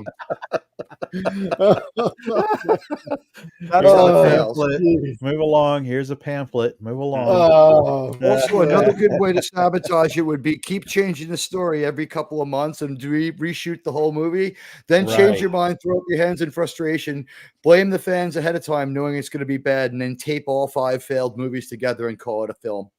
Yeah, and you're going to call fans, you're racist and you're bigoted and you're, that's what. And then somebody will come along with a new director's cut or a toxic fans cut. Jay seems to agree with me. Jay seems to agree with us here. They will 100% say they're trans during the day, one way, during the night, another. You know what? There you go. That would be, I hate to say it, we could only hope it's only that bad if they go down that road. Like if they just say one thing like, I understand what it's like to change. During the day, I'm made of stone. At night, I'm alive and made of stone. I don't know, something like that. At night, I'm really hard. For me, and it's just like, or you could be worse. You could be like, you could do it, or it could be a lot worse. It could be like, yes, all gargoyles are like Lego, both male and female. I guess for me, what would potentially ruin the movie or adaptation would be the CGI, the practical effects of translating the animated gargoyles to live action. Like how good would they look? They're going to be still animated just by a computer outright instead of any pretense of the humans drawing. Then for me, don't put any babies in the microwave. I would look at cosplayers and say cosplayers did it better, because I've been to a number of conventions where I have seen people cosplay gargoyles. Oh yeah, in that 1988 Demona walking around. There's a Demona cosplayer I've seen walking around at a In fan the '88 convention. Dark Side movie, they were able to pull off really convincing gargoyles with just makeup then, so we should be set. Here's another thing. If they turn David Xanatos into Danielle Xanatos and make her a white redhead. I think the middle ground is actually this. You make the actor up into the costume, right? You scan them you scan them in costume. You do a take with them in the costume and makeup, and then you go back again and you have them do it in the mocap, and then you combine them together to have a hybridized approach so that you can have the motion be fluid, but the image be very clear. Yeah, it's just a hybridized approach could do it, but people they're not thinking that way. Yeah, no, they're not. The ping pong ball suit is option 1 now. So I go back to wait and see. Yeah. This is again. This was something that would seem to be hard to screw up because it's so simple. But watch them find a way. Maybe what they'll do is make it extremely. Maybe what they'll do is they won't mess it up with any kind of message, but they'll make it instead of simple, they'll make it totally complicated. But you're like, what the? Why? Maybe they'll spend the whole movie wondering. Maybe they'll make Demona the leader and Goliath the bad guy. Kind of strong female expectations. Lead. Yes, exactly. Strong female lead. Strong female lead. Like the patriarchy. Male bad. Even then, if you have a few strong male lieutenants who aren't without agency, you could we're talking this only has to be less bad. It doesn't have to be great. It just has to not suck. We saw that with Ahsoka. People were out there defending Ahsoka, proving my Moonfall theory that if Moonfall was caused by the Force and it was a Star Wars movie, Star Wars theory would be the greatest, most original, genius idea that we've seen in cinema in the last 20 years, man. Star Wars Moonfall. Wow. When the Force penetrates the moon and Halle Berry, they would have loved it. So no, just don't mess this up. If it's 49% good, it'll make a lot of money. Star Wars, I mean, who could mess that up? Oh, wait. But you could see how Star Wars would be a little easier to mess up than something that's never reached the heights of Star Wars storytelling complexity. True. Kenobi. Yeah. I just have to say that. Kenobi. And a good actor played the role. I gotta be honest. Go ahead. Got that one. So Demona will be Brie Larson then, right? Right. Oh God! Shut up! Well, Shut up! Listen, are we saying that we got to keep prefacing it? It's so hard to review or forecast Disney because of the way people feel about it. Like the feeling that it would take work to mess it up is by no means a declaration of confidence or an endorsement of the idea. I'm saying this worked. They're going to have to find a way to screw it up. Will they? I mean, you know as well as I do that it seems to work out that way almost every time. It's not even true. It might even be you could go in there and just say, how will they screw this up? But try to be hopeful, I guess. But I mean, here's the thing. Okay. Because now Bob Iger that's is cool looking. A lot of heat, and he's so tired right now, and basically everything going on, and on top of that, we're looking at a takeover of one of the major shareholders of Disney that's going on right now. So Iger might be ending up losing his job, fingers crossed, and all that kind of stuff. This might actually be ending up as a good thing, as a possible good series as well. Because we can't forget what's going on in Disney right now. Right. So that's true. I mean, if they shake up their leadership and get new people in there that actually care about not putting out crap that upsets people, then because let's face it right now, there might be a change in direction. That's right. Exactly. If the first two words of this movie if the first two words of this review are imperfect, or three words of this first words of this review are inoffensive but ineffective, people would still be like, all right, good enough. If inoffensive was the first word in there, inoffensive but non-compelling, people would still be like, well, at least watch for something like the level of user rating to bump up when it becomes more accessible rather than going the other way. The movies bar is set at the beginning of the beginning height of the Olympic pole vaulting. It should be easy to clear, but there's still room to go under, sadly. No, that's true. We see them doing it all the time. We see them doing it. They just like they don't even try to jump. They just like run straight into the barrier, and then they start fucking celebrating like they just won the fucking medal. And it's like, you retard. Yeah. That's right. Because let's face it. Okay, here's the Disney sock. Yeah, we're gonna John go right Luke retard. This is live, as you know, by Yahoo Finance. So can we make the stock go down again by talking bad about it? Talk bad about it. Hopeful. So yeah, we talk bad. It'll happen. Fuck this shit. So yeah, because remember what's going on over at Disney. They want things good. They want that stock back up because around this time last year was like what $190 ish. Yeah, around there last year. So $600,000 a share. Yeah. So the Titan says, yeah, the bar could be set on the floor and Disney will find a way to dig underneath it. That's true. Right. They'll both subvert. They'll trip over that bar too.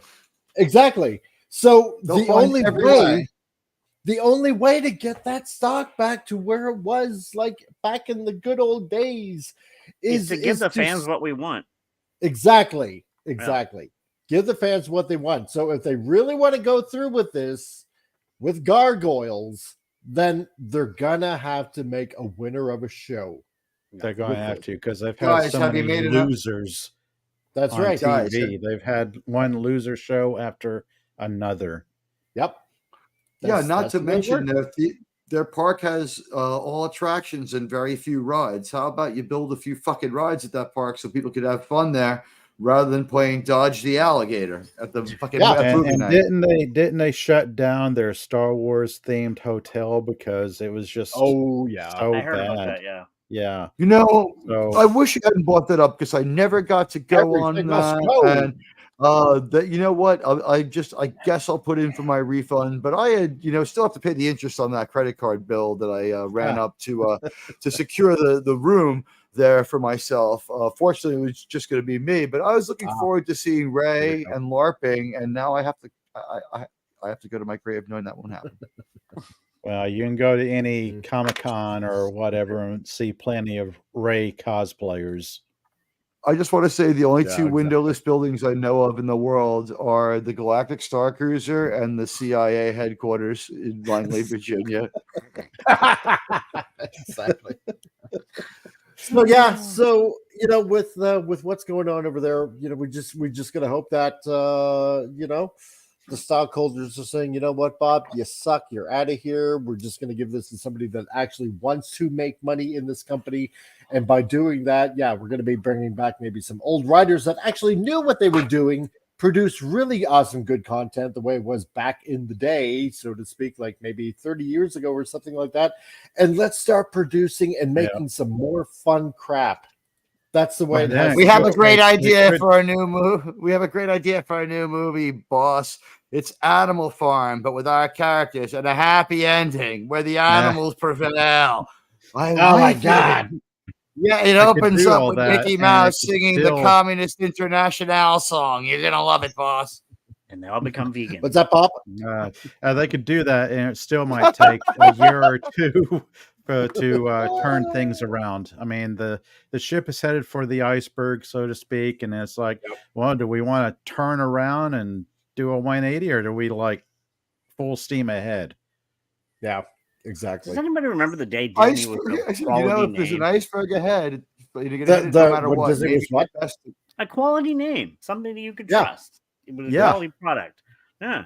Oh, that can never be. That stain's never coming out. I know. Oh yeah.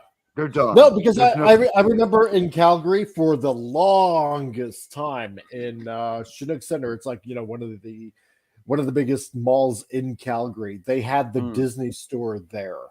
Yeah, right. Tom, maybe you might remember, Chinook Center. I do actually, yeah.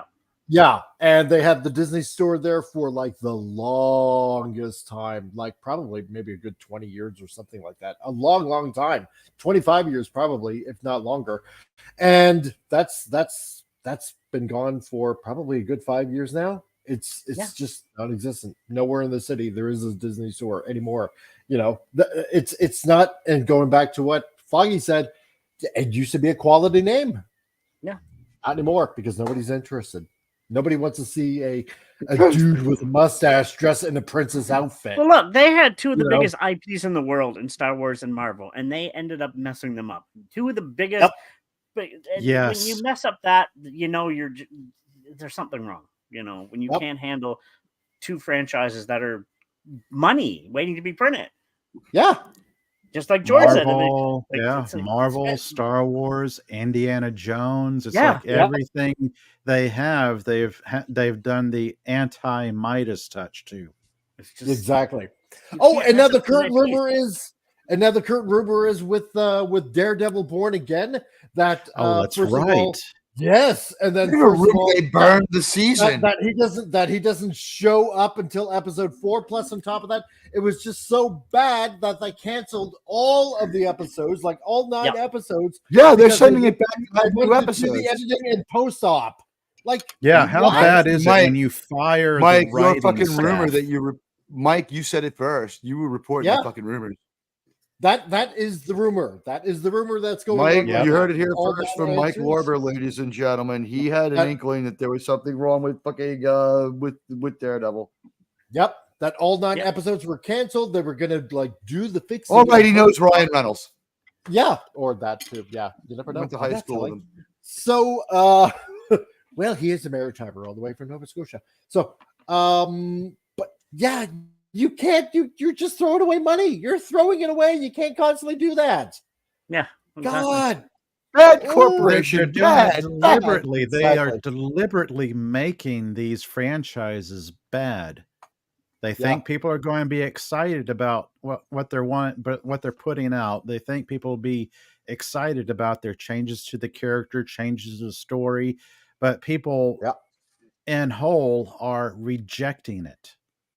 Yep. We're rejecting Disney Star Wars. We're rejecting Disney Marvel. We're rejecting Indiana Jones.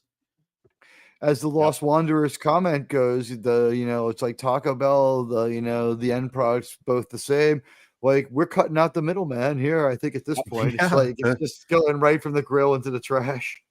Yep. Ray Lucard says the overseas Disney park brought out old characters for the Studio 100. The American parks probably had 100 drag queens.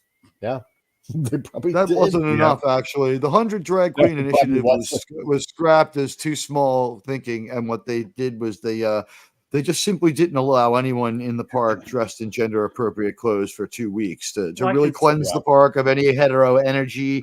And then they closed it for a day to get rid of it was sort of like a non-sexual zone to make it safe. Well, to be honest, it was that time of the week where they all had to wash their culottes. So, and by the way, kid walking in with their mom going, "Why does Snow White have a mustache?" Yeah, can I just make a suggestion to Disney is also the company that's bringing a Star Wars themed story time with certain things going on that shouldn't be around certain segments of our population. Yeah, and stuff like that is what's turning people off of Disney, turning people away. They're voting with their wallets, taking their money and spending it elsewhere. As movie prices level up. So for Mike taking his family, it's like taking one more person a week ago. Right? Movie prices have gone up this year. Oh, yes. Yep. So as we land the plane, I want to thank everybody that made it to the chat today. I want to thank Rocco the Brave. That was the first one here, as far as I can tell. Thank you, Rocco the Brave, and Jedi Master Raven. That was also here as well. And we had... Oh, yeah, that's right. Kato's collection reviews. So if you want to check out anything collectible, especially, say, if you happen to be in the Transformers community, check out his channel. So it's actually pretty fun to go to. We also had Lenrod that dropped in here as well. So, and I'm sure by now he's probably gone to work. And Sark of Iron, the mighty Tony Stark, Chad Bailey, if you're still in the chat, I hope you hung around and make sure you hit that like and subscribe button. I really would appreciate it as well. And then we also had Gap After Dark that had to take off and take a nap. So hail Gap After Dark. Yeah. Catch it on the rewind if you will, dear sir. I would really appreciate it because we just try to have some fun here. That's how another 2 hours just flew by. I know it did, didn't it? And we also had somebody new here called Technique. So hail to you, sir. Glad that you could drop by as well. And we also had Ray Lucard. Dude, thanks for being here as well. And who else do we have here? We had Killer Rabbit from Space, our lovely Killer Rabbit from Space. And on top of that, we also had, as I scroll down, we had Captain Finity. Thank you, sir, for joining here as well. And the Lost Wanderer, everybody's favorite additional dude over at Manorama, which is later on tonight. I should plug them more because that's what a good bro does. And of course, everybody's favorite trauma warrior, Wendy. Wendy the trauma warrior that made it out of I believe a surgery, operation. didn't she say? Yeah. Wow.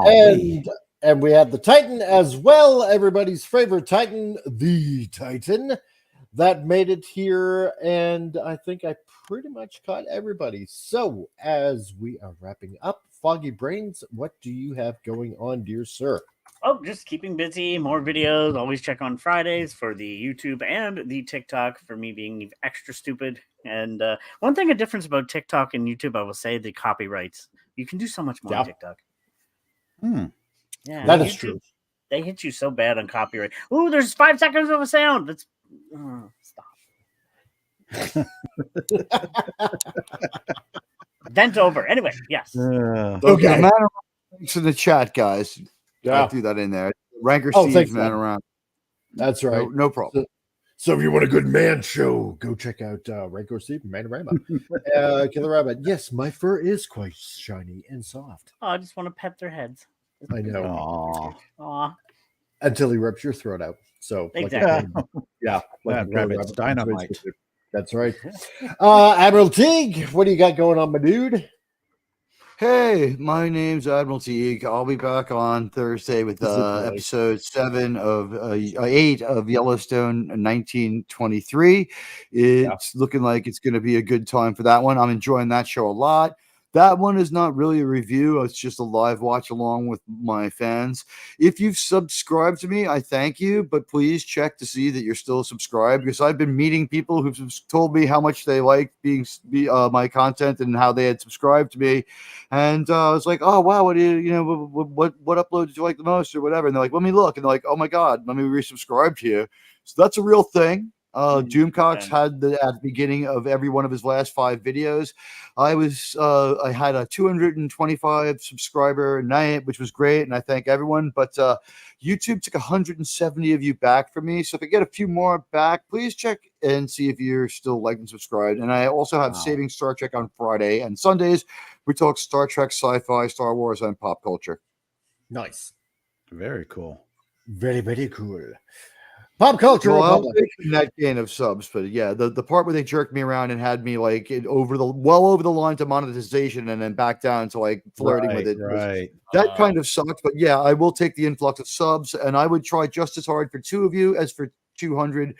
Thank you for the loyalty for everyone who's been supporting me, and be around for Yellowstone if you're not doing anything, and please help me out with Saving Star Trek. The more the merrier. Come along. Awesome. Come on down.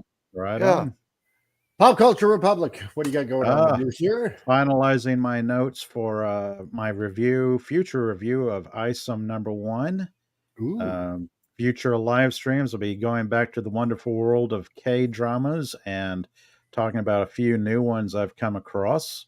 So yeah, hopefully next week and this week and next week, new stuff are coming. Oh, good. How is ISOM? I quite enjoyed it. It really did lay out a good comic book universe. It was quite interesting what potentially may happen. I mean, it's nice layup. I want to see how it's executed. got to get around to the next issue. Oh, awesome. Actually, you know what? Just over the weekend, I finished on Sunday that Sword of Eden by yes, by Al Nickerson. So because he sent me his book there, and I spent the whole day reading it, like literally the whole day. It's volume 1. He has a volume 2 coming out, and nice. it's a fun read. It's a really, really fun read. That's good. Really enjoyed it. Yeah. That's good to hear. Yeah. Oh, and it has little Easter eggs inside of different comic book characters. I'm not going to say who. Yes, I'll allude to one of them being from a creator whose co-creation ended up at Marvel. Hint, hint. So, yes. So, just poking a little fun and stuff like that. Yeah, it was really good. So, and Mr. and Mrs. Mitchell from Dennis the Menace also show up. That's what I'm going to say about that. Yes. Not going to tell you how. You're just going to have to go. That's an interesting crossover there. Yeah, exactly. So you're going to have to check out the book because the volume 2 is coming. So, and it does involve ninjas as far as I know. So, yeah. Well, because, hey, who doesn't want to fight ninjas? So now this is a movie I want to see. There, we're gonna make that movie. Darn exactly. And it has a wonderful homage to Jack Kirby in there as a character. Oh, that's nice. Yes. So you're gonna have to go check that out. So guys, everybody on the chat, thank you for showing up. Thank you for coming by. I really appreciate it. Everybody here on the panel really appreciates it. So because you guys make this show fun with all of your comments, and and we on the panel get a kick out of it. So all of you guys that are on Rumble and YouTube. So you know what, guys, thank you very much, and hit the like button, subscribe if you're new here, and hit the share button so a lot more people can come on in and have fun with all of us. We don't want to be an exclusive club. Let's put it that way. So we want to spread the joy, spread the goofiness, and spread the love. So and the happy from everybody here, exactly. So from everybody here on this panel to all of you guys out in the chat, whether you're on YouTube and Rumble, thanks for dropping by. Stay tuned for more videos, and we will see you on a Frantic Friday. So that's right. For more fun and another way to end the week off. So woohoo! See ya.